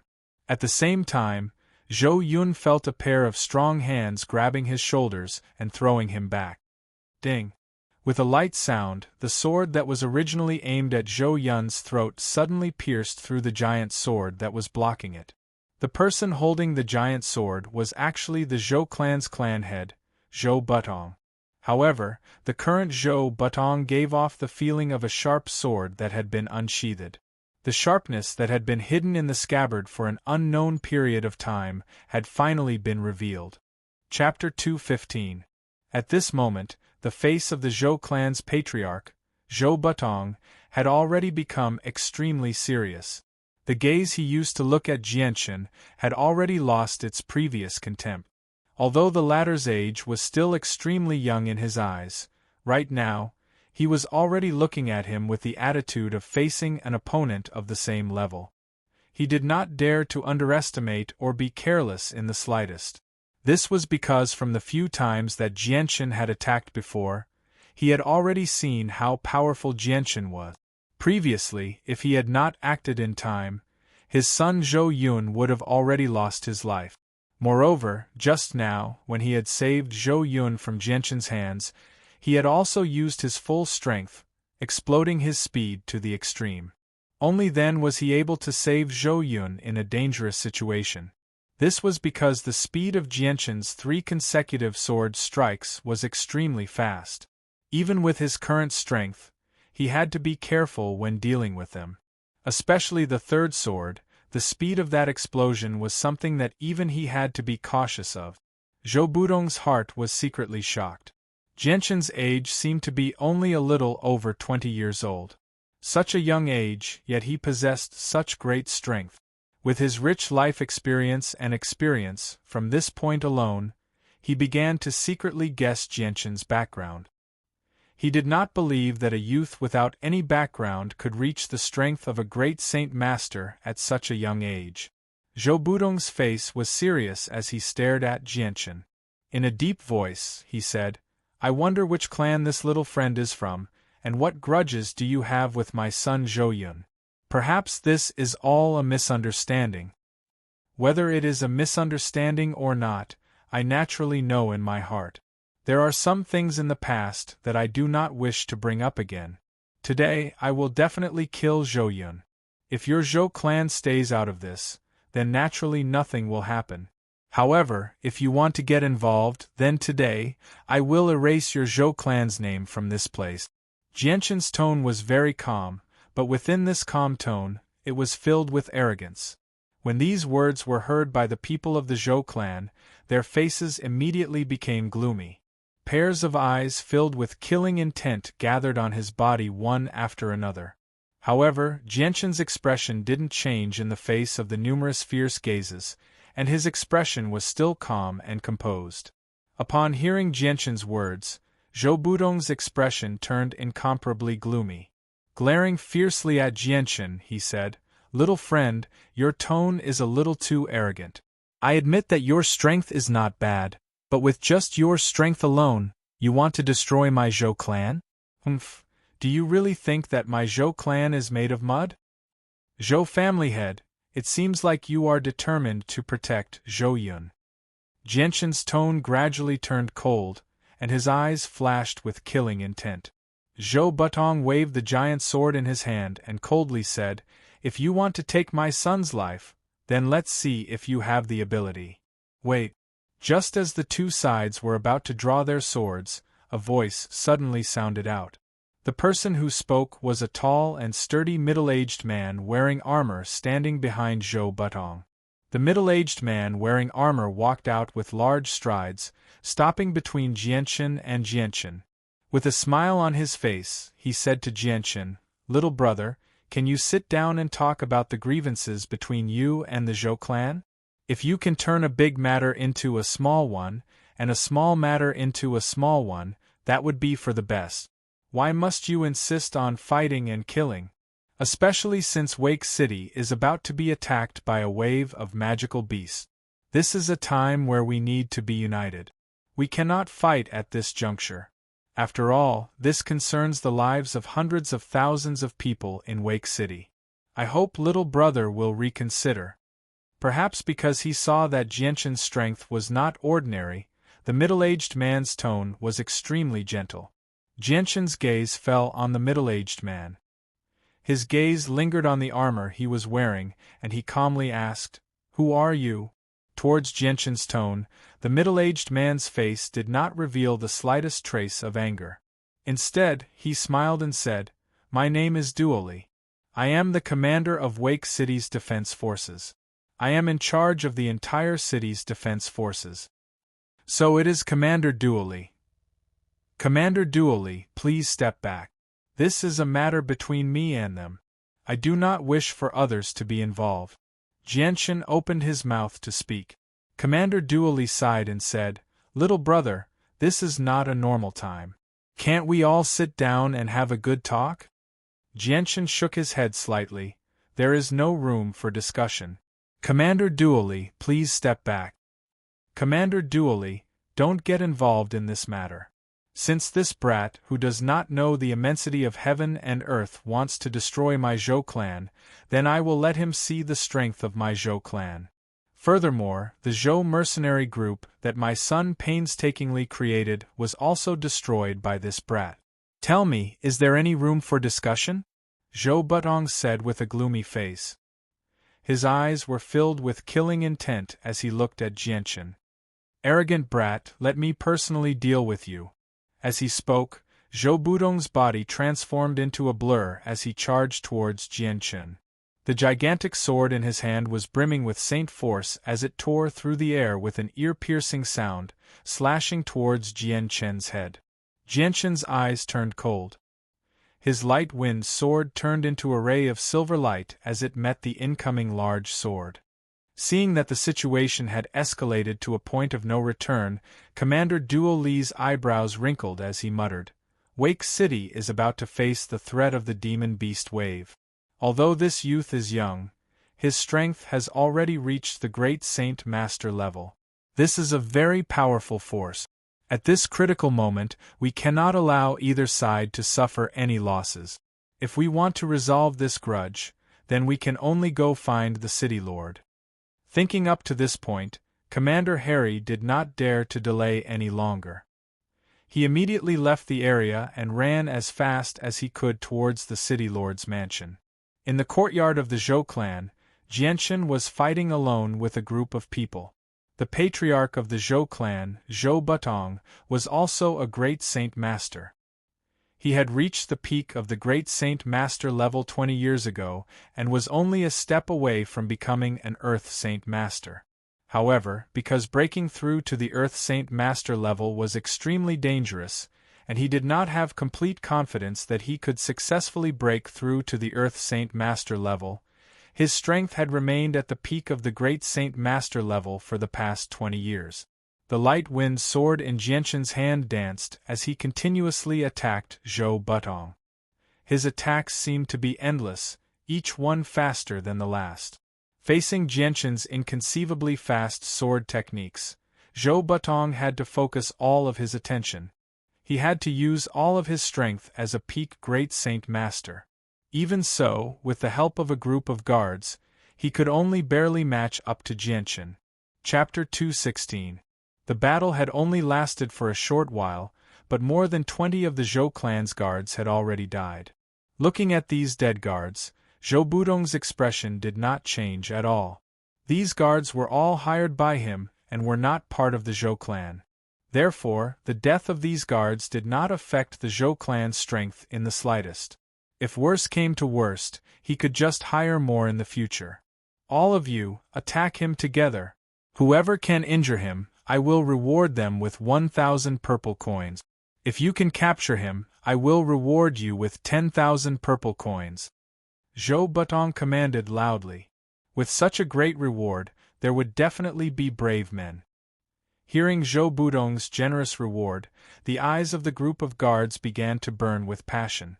One by one, they charged towards Jianshan as if they did not care about their lives. One by one, they slashed their saint weapons at Jianshan from all directions. They did not hope to capture Jianshan, but only hoped to leave a small wound on his body. Jianshan's gaze became colder and colder, following which the light wind sword's aura exploded, forming a dense sword shadow that enveloped the entire area. In a short moment, the light wind sword collided with the incoming saint weapons at a speed that could not be seen with the naked eye. Ding! Ding! Ding! Ding! Following the sound of the weapons colliding, the surrounding saint weapons were all broken into two. As for those who had their saint weapons destroyed, their faces turned pale in an instant. Spitting out a mouthful of blood, they fell to the ground, unable to get up. Among them, there were 3 who died. A saint weapon was closely related to its owner's name. If a saint weapon was damaged, it would bring a certain amount of damage to its owner. The situation of a saint weapon being destroyed was even more serious. In light cases, the owner would lose all of their cultivation and become a cripple who could no longer cultivate. In heavy cases, they would directly die. These people's saint weapons had been cut in two by Jianshan and were completely destroyed. Even if they did not die, they would become cripples in the future. However, the surrounding bodyguards had already been knocked unconscious by Zhou Budong's heavy injuries. The fate of these few people, and those who had already collapsed, did not scare them away. Instead, it made them rush forward even more ferociously, as if they were afraid that this reward would be snatched away by someone else. After all, just 1,000 purple crystal coins was enough for these saint and great saint guards to live happily for the rest of their lives. They might not be able to earn 1,000 purple crystal coins in their entire lives. Jianshan, who was dressed in white, continuously shuttled back and forth within the group of guards.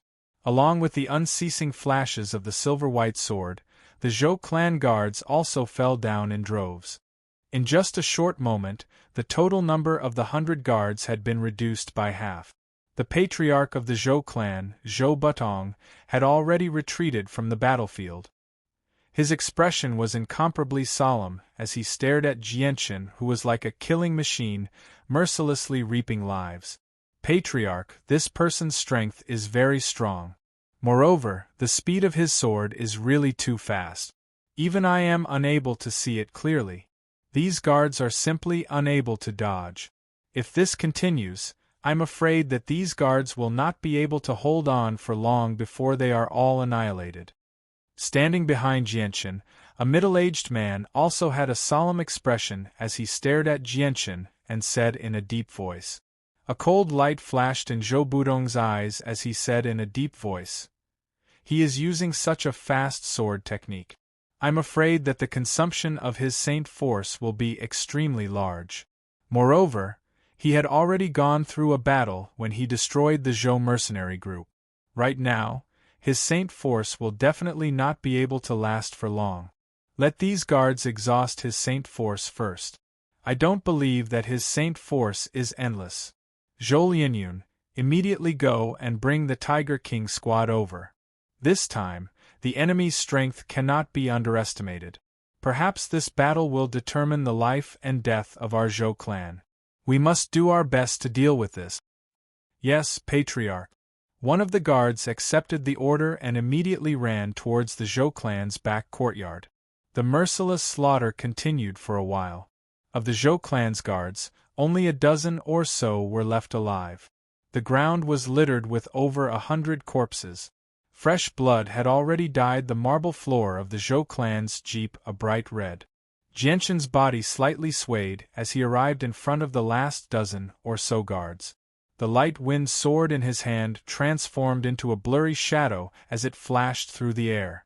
With extreme speed, the light wind sword lightly slashed across the necks of the last dozen or so guards, cleanly slicing through their throat. At this time, the Zhou clan's guards had all fallen. The only ones left in the courtyard were Zhou Butong and the dozen or so guards behind him. However, just as Jianshan's light wind sword slashed across the necks of the last dozen or so guards, a sharp whistling sound accompanied by a biting cold wind came from behind him. Before the attack arrived, the biting cold wind ruthlessly pressed down on Jianshan's back. Jianshan's face became slightly more serious as he quickly turned around and used the light wind sword to block in front of him. Clang! A large sword carrying 1,000 caddies of force fiercely slashed down on the light wind sword. The powerful force transmitted from the large sword caused Jianshan's body to involuntarily retreat. As he was retreating, Jianshan's body continuously moved left and right in coordination with his footsteps, using subtle movements to disperse the remaining force from his body. Ha! A thunderous roar sounded out. Zhou Butong did not give Jianshan any time to breathe as he once again swung his large sword towards Jianshan. Behind him, the 10 people behind Zhou Butong also unsheathed their saint weapons and charged towards Jianshan. Among them was Zhou Yun, the leader of the Zhou mercenary company, who had only recently become a great saint master. Jianshan was not afraid at all as he used the light wind sword to meet Zhou Butong's large sword. When the two saint weapons collided in midair, a violent energy ripple burst out and rapidly spread out in all directions, destroying some of the surrounding flowers and plants. After that one strike, the strong recoil caused Jianshan's body to be pushed back 6 steps before he could regain his footing. Zhou Butong had also been pushed back 3 steps at the same time. Chapter 217. Jianshan's footwork changed, and his body moved 2 meters to the side like a ghost, dodging the attacks of the 10 people. However, the 10 people's reaction speed was also very fast. Even though their attacks had missed, they didn't stop and immediately chased after Jianshan. At the same time, the spear in Zhou Yun's hand was filled with surging Saint Qi as it shot towards Jianshan's heart like a bolt of lightning. Zhou Yun had already used all of his strength in this attack. Humph! The corners of Jianshan's mouth curled up into a cold smile. Although the 10 people's attacks seemed very fierce, at most they would only give Jianshan a bit of pressure. Jianshan really didn't put them in his eyes. Jianshan's arm suddenly shook, and the light wind sword turned into a blur as it pierced out. In that short moment, the light wind sword had already pierced out 10 times, colliding with the saint weapons that were coming at him. Although the light wind sword looked very small, and couldn't be compared to the saint weapons of the 10 people in front of him, it still contained a very large amount of power. When the 10 saint weapons collided with the light wind sword, they were all bounced back by the light wind sword's powerful force. The expressions of the dozen or so saint weapon wielders changed at the same time. They had never imagined that this seemingly unassuming sword, which was only as thick as 2 fingers, would actually contain such a powerful force. This time, when they clashed, their hands that were holding onto their weapons were slightly numb from the impact. While everyone was still in shock, a white light that was so fast that it was hard for the naked eye to catch grew bigger and bigger in front of their eyes at an unbelievable speed. In the end, before they could react, the white light streaked across their necks like lightning. The bodies of the dozen or so people immediately stiffened. On their necks, a bright red wound slowly appeared. Then, the wound continued to expand. In the end, blood gushed out like a fountain. Among them, only the great Saint Master Zhou Yun managed to dodge the attack. The rest of them had their throats slit by the light wind sword. After killing more than 10 people, Jianchen did not stop. His body swayed slightly as he charged toward the escaping Zhou Yun. Zhou Yun immediately paled in fright when he saw Jianchen charge towards him. He knew from his previous clash with Jianchen that he was definitely not a match for Jianchen. He would not be able to last long at all. Zhou Yun did not want to fight Jianchen alone. He immediately retreated and dodged to the side. "Brat, I, Zhou Butong, will not let you leave this place alive." Following a loud shout, Zhou Butong, his face filled with killing intent, immediately moved in front of Jianchen, blocking him from pursuing Zhou Yun. Right now, Zhou Budong's eyes were already bloodshot. The dozen or so people from before were the backbone of the Zhou clan. To the Zhou clan, they were as important as pillars.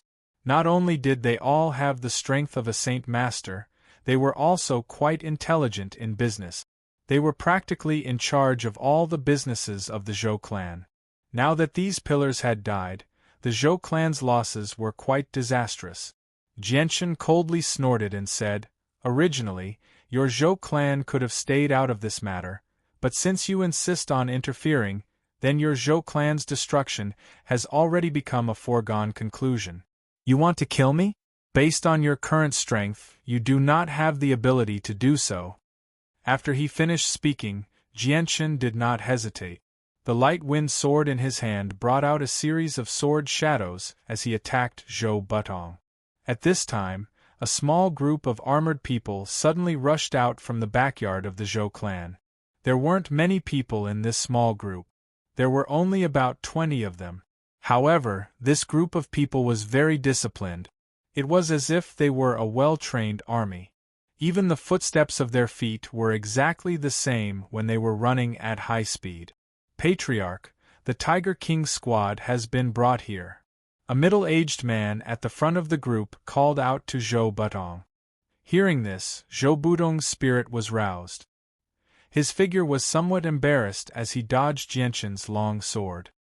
His gaze shot towards the group of 20 people and he immediately shouted, "Tiger King squad, listen to my orders. Immediately kill this brat in front of us." The Tiger King squad was a group that the Zhou clan had spent nearly 30 years of time and a large amount of money to raise. From the original 300 people, they had gone through countless battles of life and death. Today, only 20 people were left in front of Zhou Yun. And these 20 people of the Tiger King squad were already the strongest force in the Zhou clan. "Yes." The 20 members of the Tiger King squad replied in unison. Their running speed suddenly increased, and each of them shot towards Jianchen like cannonballs. Feeling the aura of the Tiger King squad members, Jianchen was slightly surprised. This was because these 20 members of the Tiger King squad all had the strength of a Saint Master. This should be the trump card of the Zhou clan. Jianchen thought to himself. Just as he was thinking, the members of the Tiger King squad had already crossed the 100-meter distance and arrived in front of Jianchen. They brandished their saint weapons and slashed towards Jianchen. Zhou Butong and Zhou Yun, the two Saint Masters, also cooperated with the Tiger Fang squad to attack Jianchen. Jianchen continuously moved his feet, dodging the attacks of Zhou Butong and Zhou Yun. The light wind sword transformed into a silvery white light, and before the Tiger King squad members' attacks could land on him, the sharp tip of the light wind sword had already cut through their throat. After that, Jianchen's body turned into a blur as he shuttled back and forth between the Tiger King squad members. The silvery white light of the light wind sword flashed continuously as the Tiger Fang squad members' throats were cut, mercilessly reaping their lives. In the blink of an eye, the 20 members of the Tiger King squad had been wiped out by Jianchen. Seeing that the Tiger King squad had been completely wiped out, Zhou Budong's body began to tremble. The killing intent in his eyes had reached an unprecedented level. In his heart, the Tiger King squad was like a precious treasure. In order to raise this elite squad, he had spent far too much time and effort. Without giving Jianchen any time to think, the sound of something breaking through the air could be heard. The light wind sword in Jianchen's hand was covered in a layer of light as it once again pierced towards Zhou Butong. In the blink of an eye, it was already close to Zhou Budong's throat. Zhou Butong immediately used his greatsword to block in front of him. When the light wind sword came into contact with the greatsword, the powerful force behind the blow caused Zhou Butong to retreat a few steps. Jianchen did not give Zhou Butong any time to breathe and immediately rushed forward. This time, the speed of his sword was even faster than before. Immediately after, the third and fourth strikes were sent out at almost the same time. Each strike was incomparably fast, and each strike was faster than the one before. The fifth strike, the light wind sword transformed into a blurry shadow as it overlapped with the previous four strikes. The speed of this strike was so fast that it almost exceeded Zhou Budong's reaction time. Pooh! Chapter 218. Zhou Budong's face was filled with disbelief as he stared at the blood-stained sword that had pierced through his throat. His face was filled with disbelief. He could not believe that he would actually die in the hands of a little brat who was only in his early 20s. Now that he thought about this scene, Zhou Butong felt that everything was unreal. It was as if he was in a dream. Everything that had happened in less than half an hour was too sudden. Just a moment ago, he and the rest of the Zhou clan's upper echelons were still discussing with the commander of Wake City's garrison army about how to deal with the magical beast wave. But now, in less than an hour, the Zhou clan had already been annihilated. Sighing in his heart, Zhou Budong's face was filled with unwillingness as he slowly closed his eyes. Following that, his old body slowly fell to the ground. Jianchen coldly stared at Zhou Budong's body as he died. His expression did not change in the slightest. With the memories of his previous life, his mind had already become very firm. Excessive slaughter would not affect his state of mind in the slightest. Slowly pulling out the light wind sword from Zhou Budong's neck, Jianchen looked around for traces of Zhou Yun. But what he saw made his expression sink. In the entire Zhou clan's courtyard, there were only corpses everywhere. There was not a single living person, and Zhou Yun was nowhere to be found. Seeing this, Jianchen's eyes flashed as he hatefully said, "I actually let him escape." Jianchen lightly sighed. His gaze swept over the corpses that littered the ground.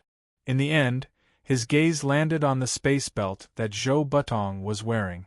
He took 2 steps forward, squatted down in front of Zhou Butong, and reached out his hand to take off the space belt. After all, Zhou Butong was the head of the clan, so he definitely had a lot of valuable items on him. Ah! Just as Jianchen's eyes inadvertently landed on Zhou Budong's neck, his eyes suddenly narrowed. His eyes shone brightly as he stared at Zhou Budong's neck that was already dyed red with blood. At the neck, an extremely fine line appeared in Jianchen's eyes. This line was extremely well hidden. Normally, it would be difficult to notice it with the naked eye. Now that it was dyed red with blood, it was exposed. Jianchen slowly pulled open the collar of Zhou Budong's shirt, only to see a small and exquisite ring bound by a string, hanging on Zhou Budong's chest. When he discovered the space ring, Jianchen's eyes could not help but light up. He exclaimed in a low voice, "It's actually a space ring." Jianchen's voice contained traces of delight. For this spatial ring to be so secretively guarded by Zhou Butong, the items inside must be extremely valuable. Who knows, it might even be Zhou Budong's entire body. After removing the interspatial ring from Jianchen's chest, Jianchen felt a little bit of excitement in his heart. However, at this time, it was clearly not the time to examine the contents of the interspatial ring. After keeping the interspatial ring, Jianchen did not stay for too long and immediately left the Zhou clan's large courtyard. Just as Jianchen left, in front of the Zhou clan's large courtyard, many people who had heard the news immediately rushed over. They had all been attracted by the sounds of battle from before. However, when they saw the scene within the Zhou clan's courtyard, Everyone's eyes suddenly became lifeless. Their faces were filled with disbelief. The Zhou clan, in such a short period of time, had been completely exterminated. Out of the way, all of you out of the way! At this time, an extremely domineering voice came from behind the crowd. Following that, the crowd that had completely surrounded the Zhou clan's main gate to the point that not even a drop of water could trickle through.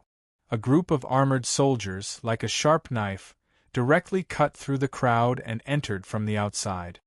Isn't that Wake City's Lord Mayor? I didn't think that at this time, he would also be alerted. When the crowd's gaze landed on a middle-aged man walking in the middle of the group of soldiers, they immediately cried out in alarm. This middle-aged man was wearing a long black robe. He had a tall stature and a pair of fierce eyes that were as sharp as swords.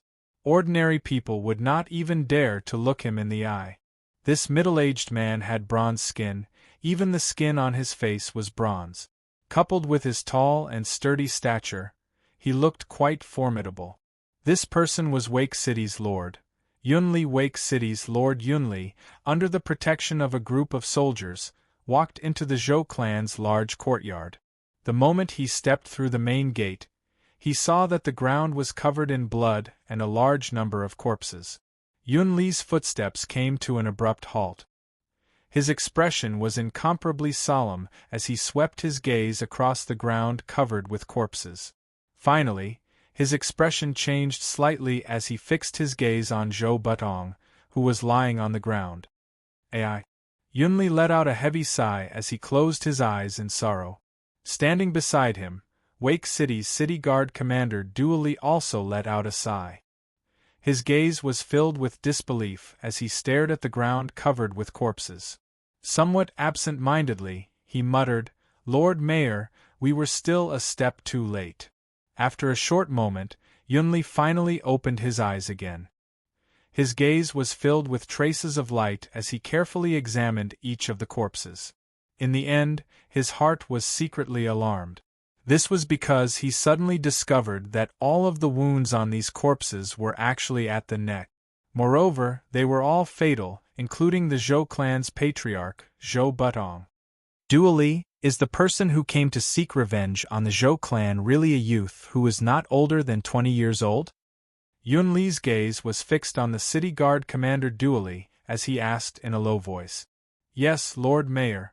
From his appearance, he is indeed only in his early 20s. He is extremely young." Commander Duoli hurriedly replied. Hearing this, Yunli went silent. After thinking for a moment, he said, "Although the Zhou clan has been exterminated, causing our Wake City's ability to resist the wave of magical beasts to weaken, since another young expert has come to our Wake City, we should try our best to rope him in and have him help us resist the wave of magical beasts. Lord Mayor is wise. This subordinate also thinks the same." Commander Duoli opened his mouth with a solemn expression. "Let's go. While he is still far away, let's immediately chase after him." After speaking, Yunli took the lead and quickly walked outside. Commander Duoli brought a group of guards and followed closely behind. Soon after, Yunli quickly chased after Jianshan's bloody footprints on the ground. Jianshan slowly walked on the streets with his brows slightly furrowed. In his mind, he was thinking about how to find Uncle Kendall's family. Although Wake City wasn't big, it still had a population of several 100,000 people. Wanting to find one or two people in this population of several 100,000 people wasn't that easy. Furthermore, even now, Jianshan still wasn't sure if Uncle Kendall's family lived in Wake City. If they didn't live in Wake City, then finding them in this vast sea of people was undoubtedly as difficult as finding a needle in a haystack. "Uncle Kendall, don't worry. No matter what, I will find your family and take good care of them. At the very least, I will let them live a carefree life." Jianshan secretly swore in his heart. However, before finding Uncle Kendall's family, he still had one more thing to do. That was to completely eliminate the Tianxiong clan. Back then, Jianshan had been chased by the Tianxiong clan and had fled Wake City in a sorry state. It could be said that his impression of it was extremely deep. He would never forget it. Furthermore, he also understood that he had killed Tianxiong Lai's only child, Tianxiong Kong. The hatred between him and the Tianxiong clan had already reached a point where it couldn't be resolved. Chapter 219. Little brother in front, please wait a moment. Just as Jianchen was thinking about what to do next, a voice suddenly sounded from behind him, followed by a flurry of hurried footsteps. Hearing this, Jianchen paused. When he turned his head, he saw a group of fully armed soldiers quickly running towards him. The two people at the front were middle-aged men. When Jianchen's gaze fell on one of the middle-aged men wearing armor, his eyes narrowed. He had seen this person not long ago. It was Wake City's city guard commander Duoli. Seeing that these people were Wake City's city guard, Jianchen's expression changed slightly. He began to wonder if these people were here to arrest him for destroying the Zhou clan.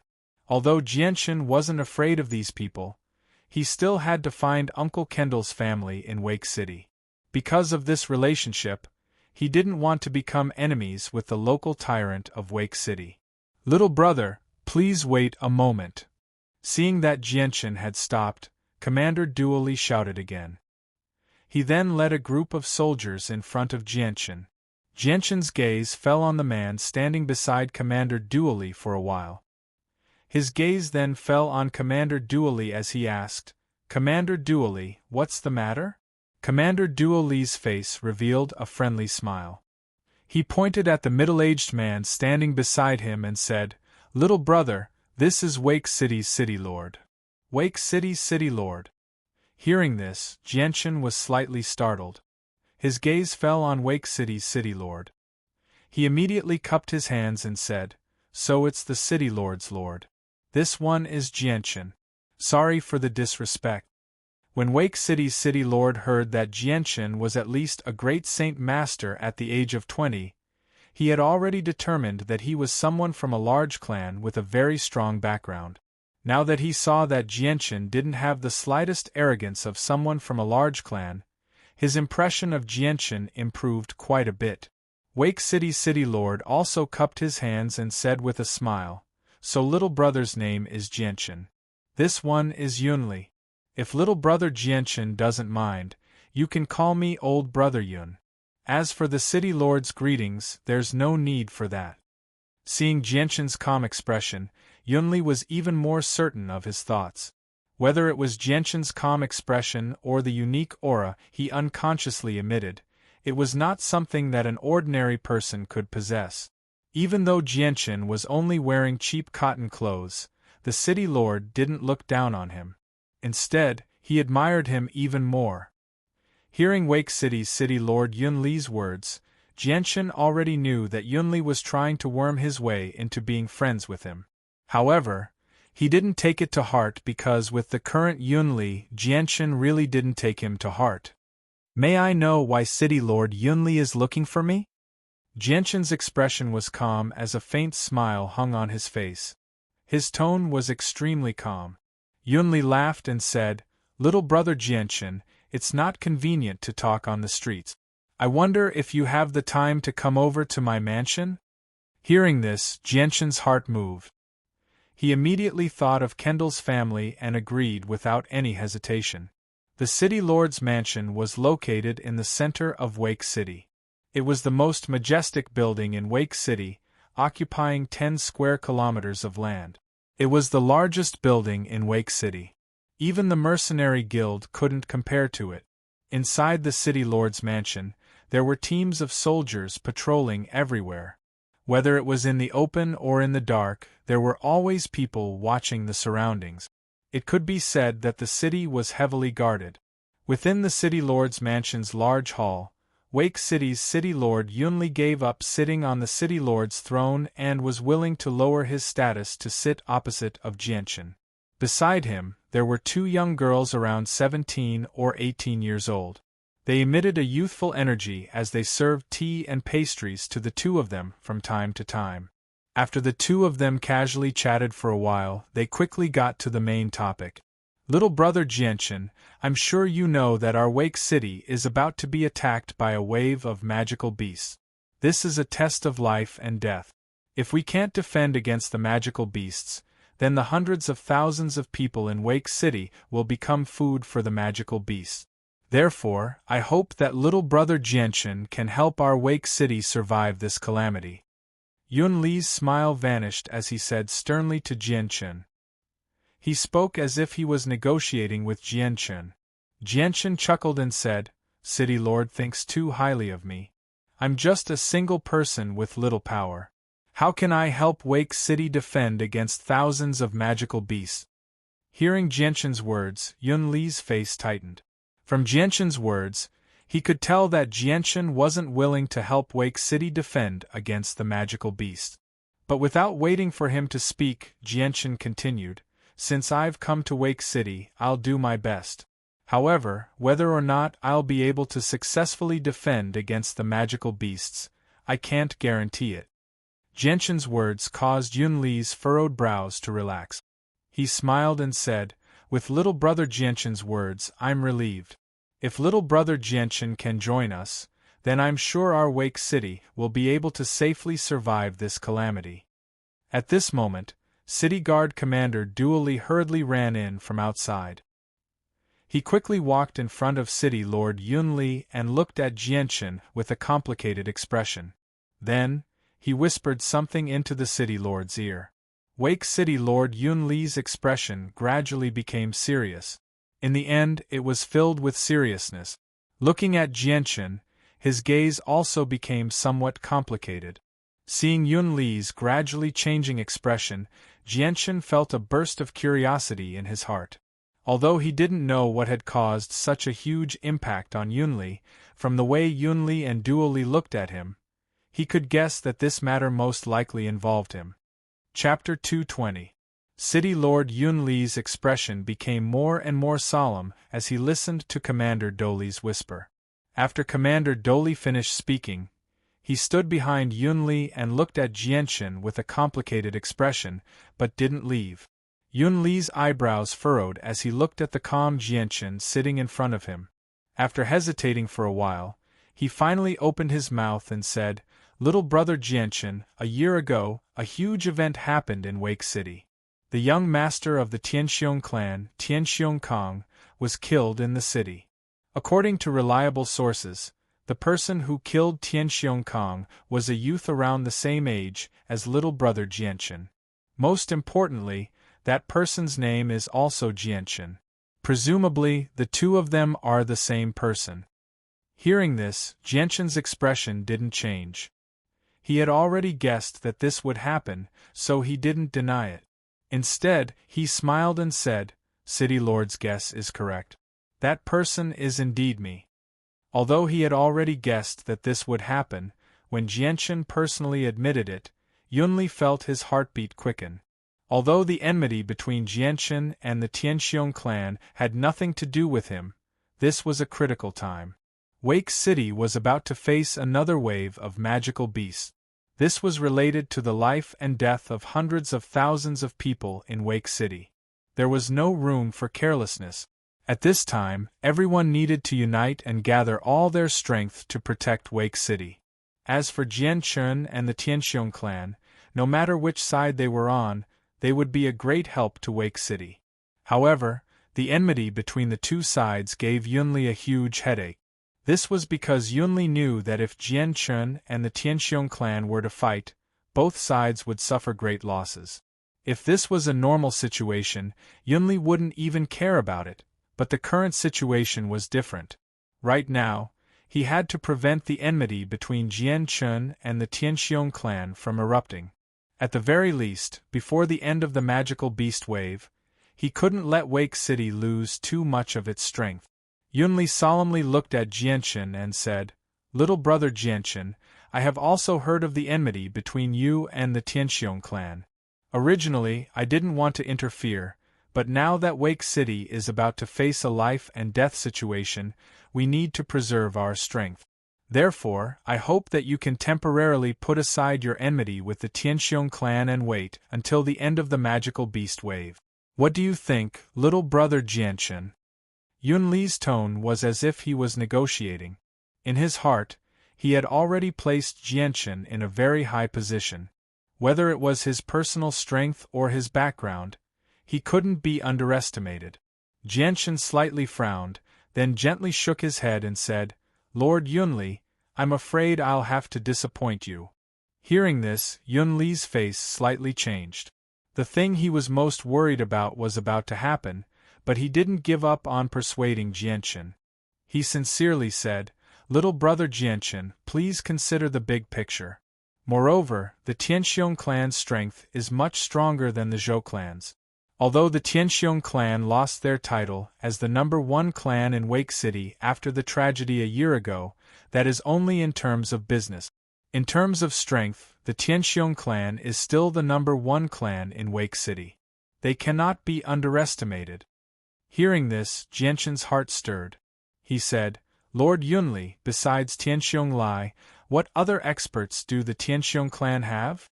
Yunli hesitated for a moment, then said, "Aside from Tianxiong Lai, the Tianxiong clan also has an intermediate Great Saint Master expert. This person is Tianxiong Lai's younger brother, Tianxiong Daoyun. In addition, Tianxiong Lai has a very good relationship with several large mercenary groups in Wake City. If they join forces, they will be a very frightening force in Wake City." After hearing this news, Jianchen's expression didn't change in the slightest. It was as if he didn't take Yunli seriously at all. Instead, he leisurely picked up the tea on the table and took a sip. Seeing how calm Jianchen was, as if he didn't put the Tianxiong clan in his eyes at all, Yunli couldn't help but be even more certain of his thoughts. It was likely that Jianchen really did have a very strong power behind him. Perhaps at this moment there was a hidden expert protecting this youth in front of him. Yunli was also a very meticulous person.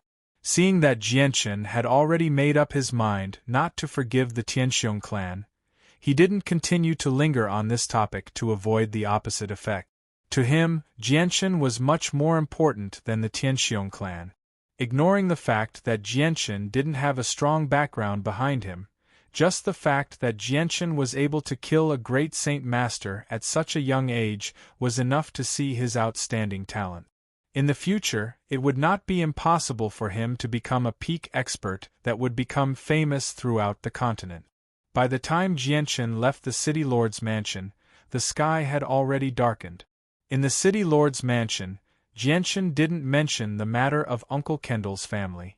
From his point of view, it would be wiser and safer to wait until the matter of the Tianxiong clan was completely resolved before asking Yunli City to help him search for Uncle Kendall's family. Seeing that it was getting late and that the two previous battles had taken a toll on Jianchen, Jianchen wasn't in a hurry to find trouble with the Tianxiong clan. Instead, he found a nearby inn to stay for the time being. Time quickly passed, and when the first light of dawn had just risen, Jianchen, who was sitting cross-legged on his bed, opened his eyes. After a night of rest, he had completely recovered from yesterday's exhaustion and was now in peak condition. When Jianchen left the inn, the streets outside were filled with the chatter of passers-by. They were all discussing the matter of the Zhou clan and the Zhou mercenary group being destroyed. The Zhou clan and the Zhou mercenary group had quite a bit of fame in Wake City. In just one night, the news of their destruction had spread throughout the city. This news was like a heavy bomb to the people of Wake City. Regardless of whether it was the streets or alleys, the entire city was filled with the chatter of passers-by. At the same time, all the big and small powers in Wake City received the news and sent people to investigate the truth of the matter. Chapter 221. The Tianxiong clan was located in the northern part of Wake City. At this moment, in the main courtyard of the Tianxiong clan, there was a grand meeting hall. The current patriarch of the Tianxiong clan, Tianxiong Lai, was sitting at the head of the table. Below him were 2 rows of people of different ages. Each of them had an extraordinary aura, and their eyes shined brightly. A year ago, Jianchen had caused great losses to the Tianxiong clan, causing them to lose their position as the #1 clan in Wake City. However, those who knew the strength of the Tianxiong clan knew that even though they had suffered great losses a year ago, their peak strength hadn't decreased by much. In terms of strength, the Tianxiong clan was still the #1 clan in Wake City. Among them, the most eye-catching person was Tianxiong Lai. Although his strength was still at the intermediate Great Saint Master level, he had the Earth attribute Saint Force, which gave him a unique advantage. Even peak Great Saint Masters weren't necessarily his match. However, in terms of controlling the businesses in Wake City, the Tianxiong clan was no longer as strong as before. This was because the death of Tianxiong Lai's only son, Tianxiong Kong, had been a huge blow to him. He no longer had the heart to manage the clan's businesses. Therefore, although the Tianxiong clan was still the strongest clan in Wake City, in terms of business, it was declining by the day. In the past year, Tianxiong Lai had become much more haggard, and a few strands of white hair had appeared on his head. Tianxiong Lai smiled as he looked at the people sitting below him. These people were all familiar faces in Wake City. If anyone recognized them, they would be shocked to the point that their jaws would drop. This was because these people were the leaders of the large mercenary groups in Wake City. The mercenary groups they represented were all quite famous in Wake City. Each mercenary group had over 100 members, and their strength wasn't weak. Among them, there were even 2 old men who were the leaders of 2 large clans in Wake City. These people all had very high statuses in Wake City. Unless something big happened, it was very rare to see them. But today, they were all gathered in the Tianxiong clan. This was truly shocking. Everyone, I have invited you here today because I have a matter that I hope you can help me with. Tianxiong Lai said in a low voice as he stared at the representatives of the various mercenary groups. Haha, Tianxiong Lai, we've known each other for more than 10 years. If there's anything you need my help with, just ask. As long as it's within my power, I won't refuse. As soon as Tianxiong Lai's voice fell, a tall and sturdy middle-aged man sitting below said with a smile. That's right, Tianxiong Lai. Given our friendship, if you need any help, just ask. Don't be so wishy-washy like a sissy. The one who spoke was a dark-skinned, burly man. His upper body was bare, and he only wore a pair of shorts. The bulging muscles on his body gave people a strong visual impact. It was as if this burly man could easily punch through a steel plate with a single punch. Soon after, the other people sitting in the main hall also expressed their support for Tianxiong Lai. Hearing these words, Tianxiong Lai's serious face finally revealed a trace of a smile. But then, as if he had thought of something, the smile on his face was replaced by a deep sadness. Looking around, Tianxiong Lai's eyes revealed a trace of sorrow as he said, "Brothers, do you remember the incident of my son, Tianxiong Kong, being killed a year ago?" Hearing this, the people below looked at each other, their faces becoming serious. But they didn't say anything, and quietly waited for Tianxiong Lai to continue. Tianxiong Lai continued, "A year ago, an outsider broke into Wake City. Not only did he kill my son, Tianxiong Kong, he also brought great losses to the Tianxiong clan. Although I personally chased after him, he was too cunning. He took advantage of the Magic Beast mountain range's complex terrain to kill many of my clan's experts. In the end, he escaped."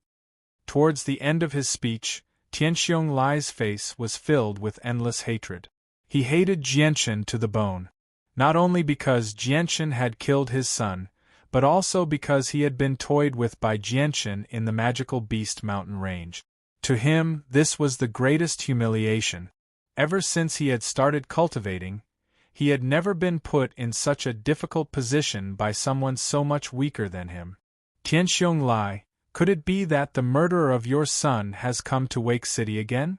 the dark-skinned man asked in a muffled voice. Tianxiong Lai nodded slightly and said, "I'm sure everyone knows what happened yesterday. The Zhou mercenary group and the Zhou clan were exterminated in a single day. After investigation, we found out that the person responsible for the extermination of the Zhou clan and the Zhou mercenary group was a youth who looked to be around 20 years old. His name is Jianchen." Hearing this, the faces of the leaders of the various mercenary groups became somewhat dignified, mixed with a strong sense of surprise. They had just received the news about the Zhou clan's annihilation, but it wasn't as accurate as the news that Tianxiong Lai had received. What made them surprised was that the person who had annihilated the Zhou clan and the Zhou mercenary group in a single day was actually a young man who was only about 20 years old. This made them feel that it was hard to believe. After hearing Tianxiong Lai's words, the entire hall became silent. After a while, the silence was finally broken by an old man.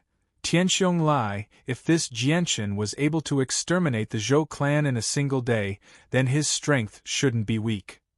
Tianxiong Lai slightly shook his head, frowned, and thought for a while before saying, "A year ago I fought with him, so I was very clear about his strength.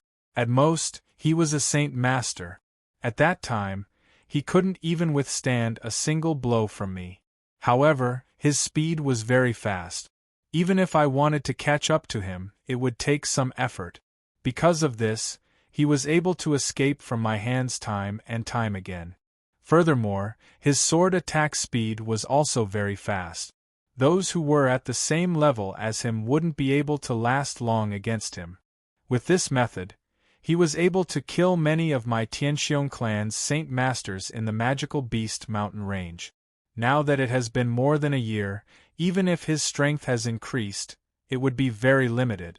No matter how outstanding his talent is, I don't believe that he could have broken through from the Saint Master level to the peak of the Great Saint Master level or even the Earth Saint Master level in a short period of time.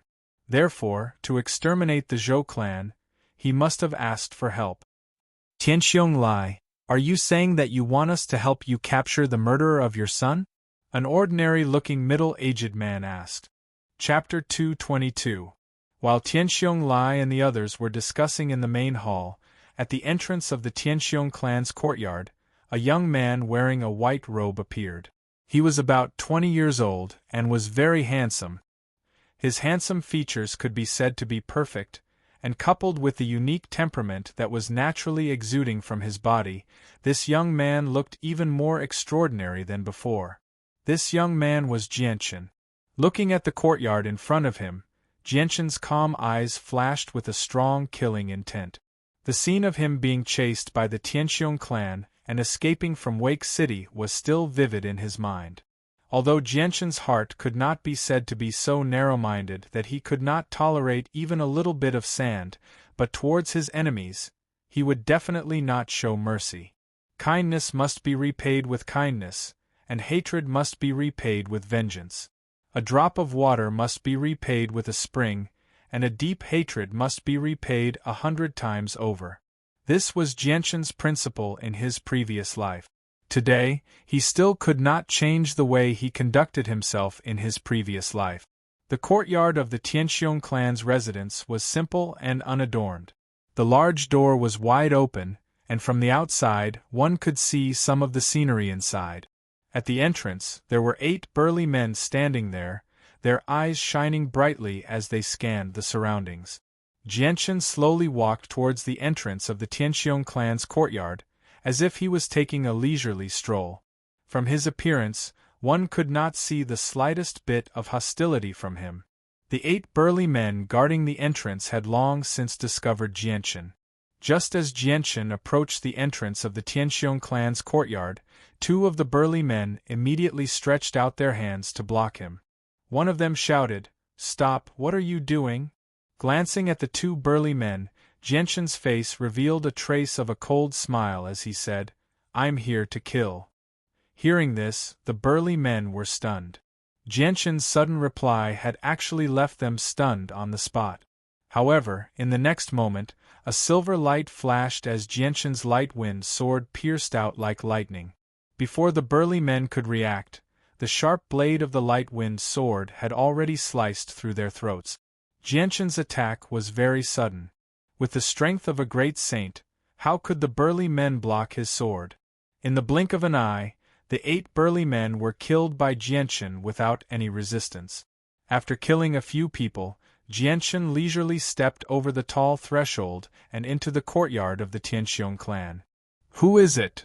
"Halt!" Just as Jianchen stepped into the courtyard of the Tianxiong clan, a loud shout suddenly sounded out. Immediately after, two black figures shot towards Jianchen from not too far away. Jianchen coldly laughed and said, "The Tianxiong clan is truly worthy of being the #1 clan in Wake City. I never would have thought that there would be Saint Masters lying in ambush next to the entrance." The two Saint Masters were very fast.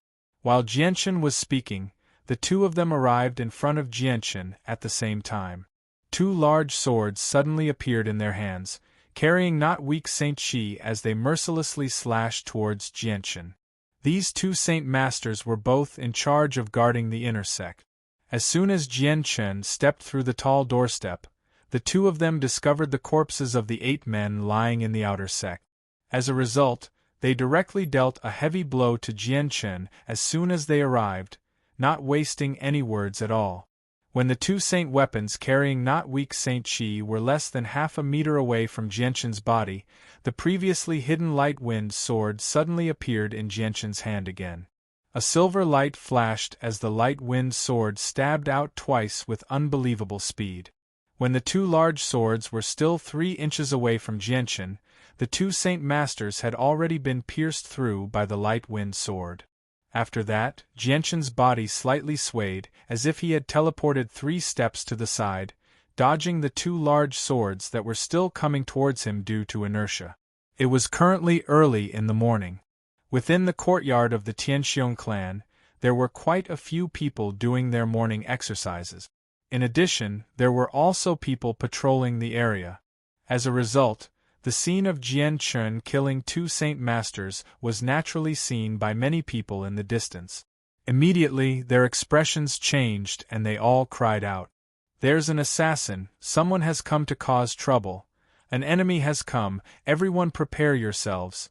The originally quiet courtyard of the Tianxiong clan immediately became noisy as all kinds of cries of alarm came out from the mouths of the people.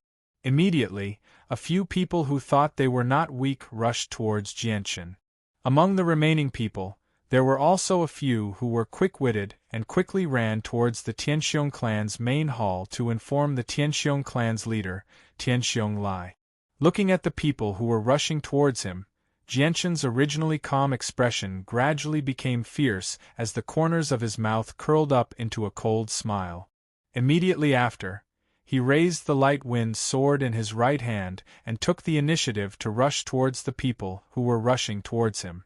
With a flash of the silver light, the people who were close to Jianchen didn't even have time to wave their saint weapons before their throats were pierced by the light wind sword. Towards the people of the Tianxiong clan, Jianchen was determined to kill them, so he didn't let a single one of them go. As the battle cries grew louder and louder, more and more people in the Tianxiong clan were awakened and began to rush towards the source of the sound. The Tianxiong clan was once the #1 clan in Wake City. Although they had declined over the past year, the clan's strength was still not to be underestimated. Just within the large courtyard there were many people living there. As more and more people rushed over, Jianchen was gradually surrounded by people.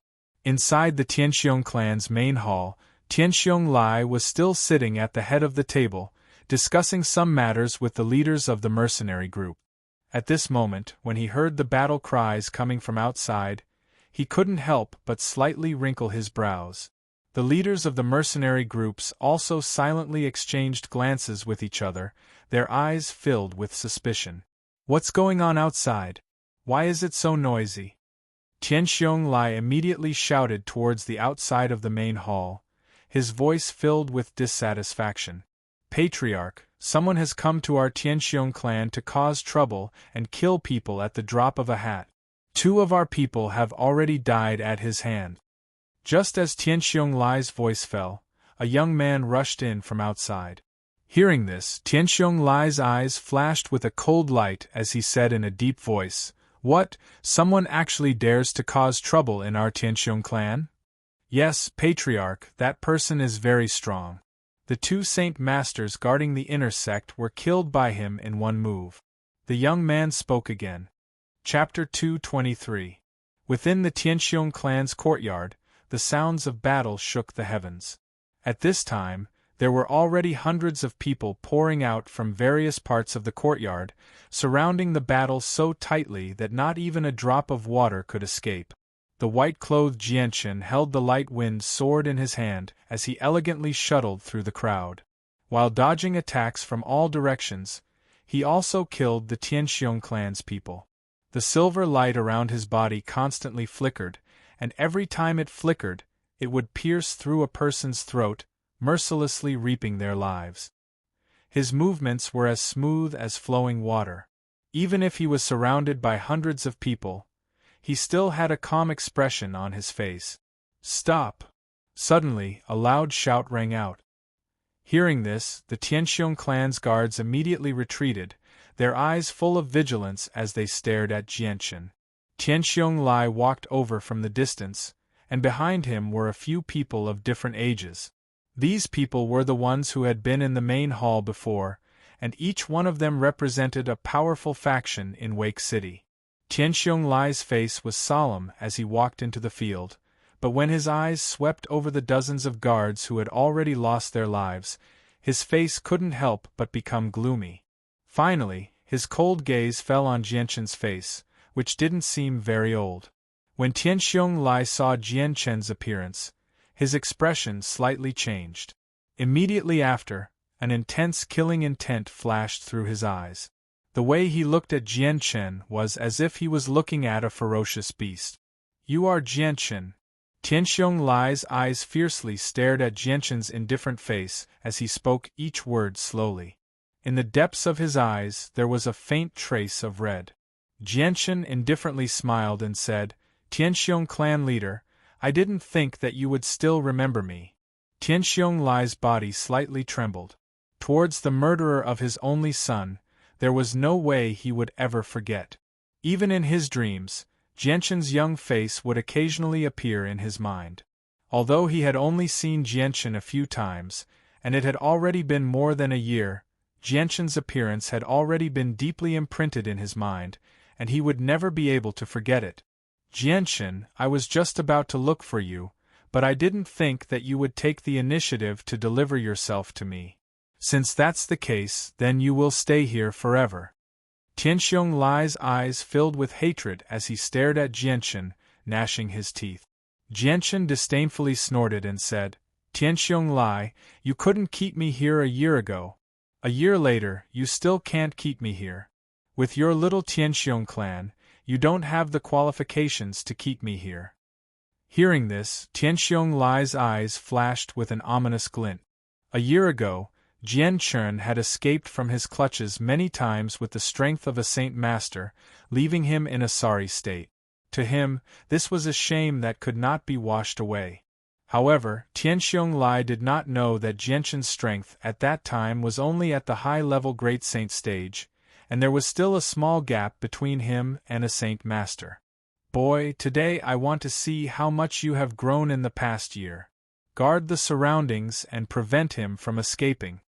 As soon as he finished speaking, a yellow light emerged from Tianxiong Lai's hand and quickly condensed into a large axe.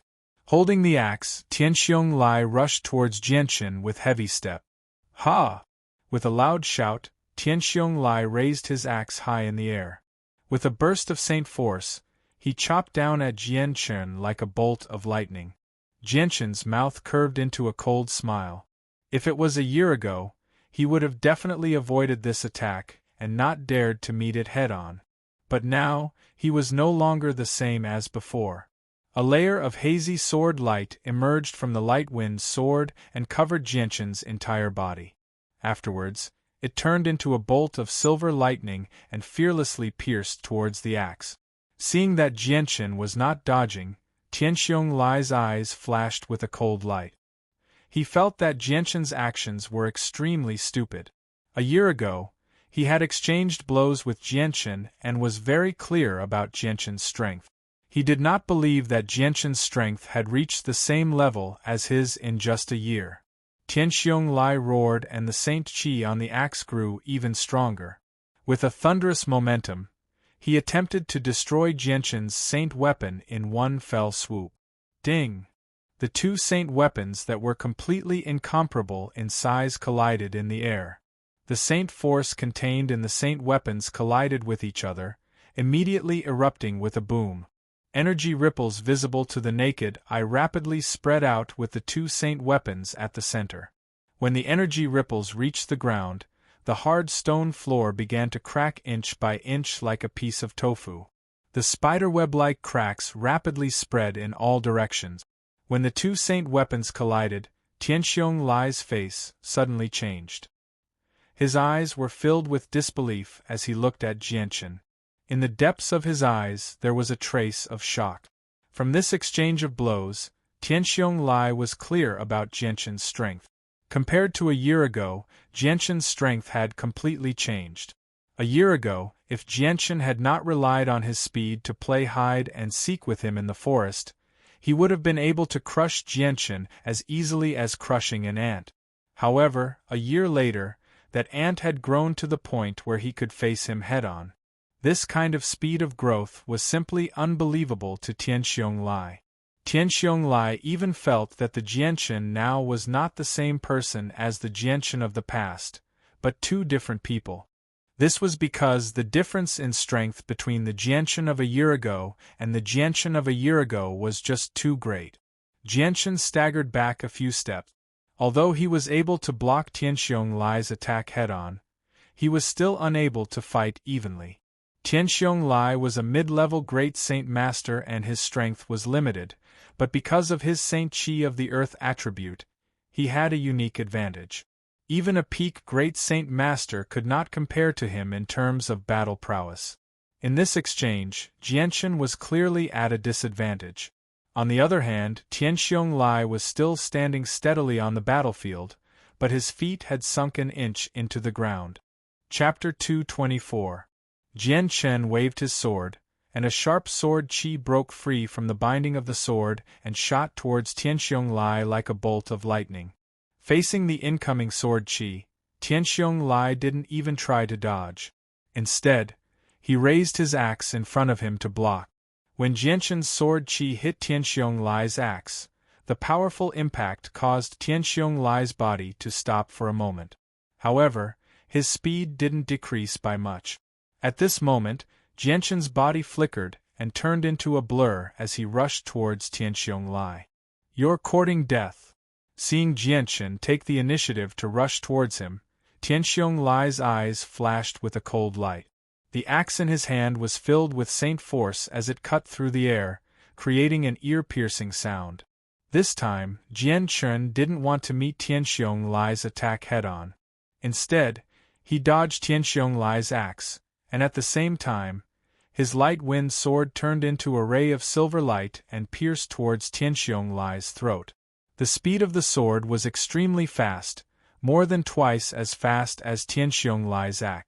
By the time Tianxiong Lai reacted, the light wind sword was already less than 2 feet away from his throat.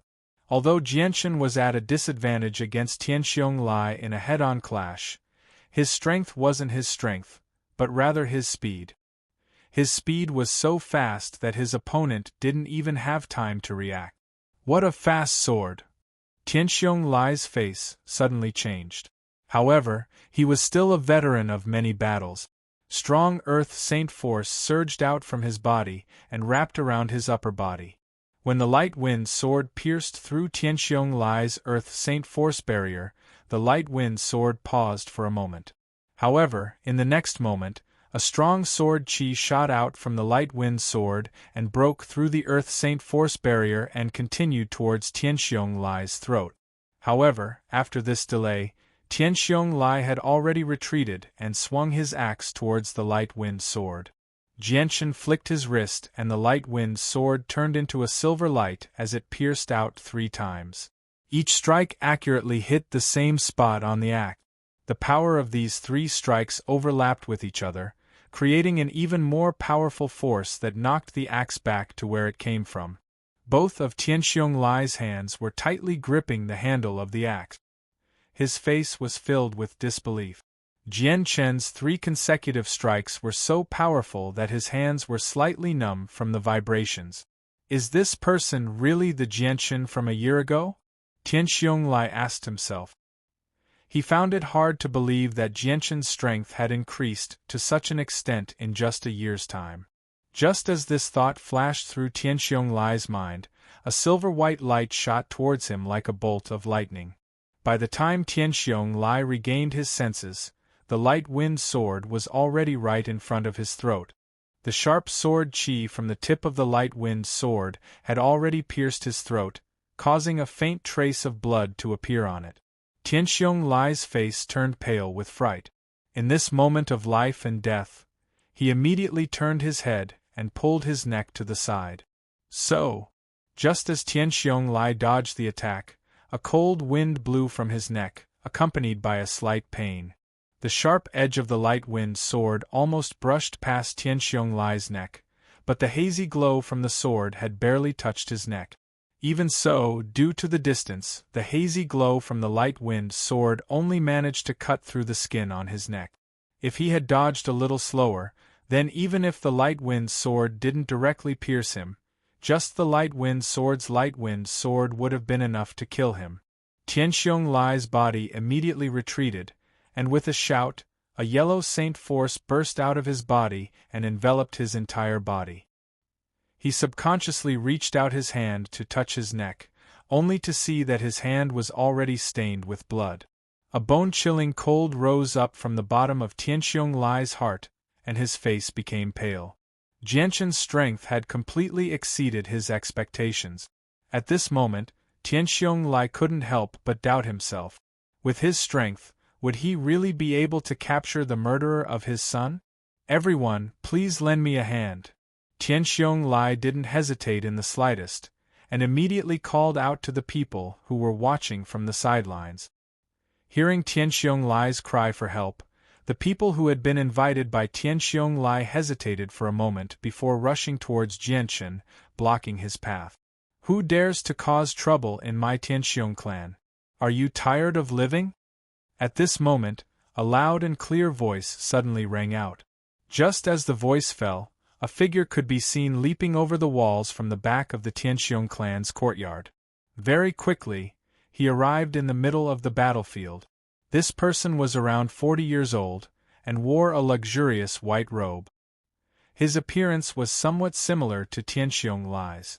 When this person's gaze fell upon the battered Tianxiong Lai, his expression couldn't help but tighten. He quickly walked over to Tianxiong Lai and asked with concern, "Big brother, are you all right?" This person was Tianxiong Lai's younger brother, Tianxiong Daoyun. Tianxiong Lai slightly shook his head and said in a low voice, "I'm fine." Tianxiong Daoyun swept his eyes over the surroundings, and finally his gaze fell upon Jianshan. A strong killing intent flashed in his eyes as he asked, "Big brother, who is he?" Hearing this, Tianxiong Lai gloomily stared at Jianshan. Gnashing his teeth, he said, "Daoyun, he's the one who killed your nephew." Hearing this, Tianxiong Daoyun's face suddenly became gloomy. His face was filled with killing intent as he stared at Jianshan. In a low voice, he said, "So you're the one who killed my nephew, Tianxiong Kong." Jianshan's gaze swept over Tianxiong Lai and finally stopped at the few people in front of him. There were a total of 7 people. Aside from the 2 old men, the other 5 were middle-aged men. From the aura emitted by these people, Jianshan could feel that these 7 people were all great saint masters. Among them, the 2 old men and the middle-aged man wearing tight black clothes were at the peak of great saint master. "Gentlemen, this is a personal matter between me and the Tianxiong clan. It has nothing to do with you. Do you really want to get involved?" Jianshan's face was calm as he stared at the 7 people in front of him.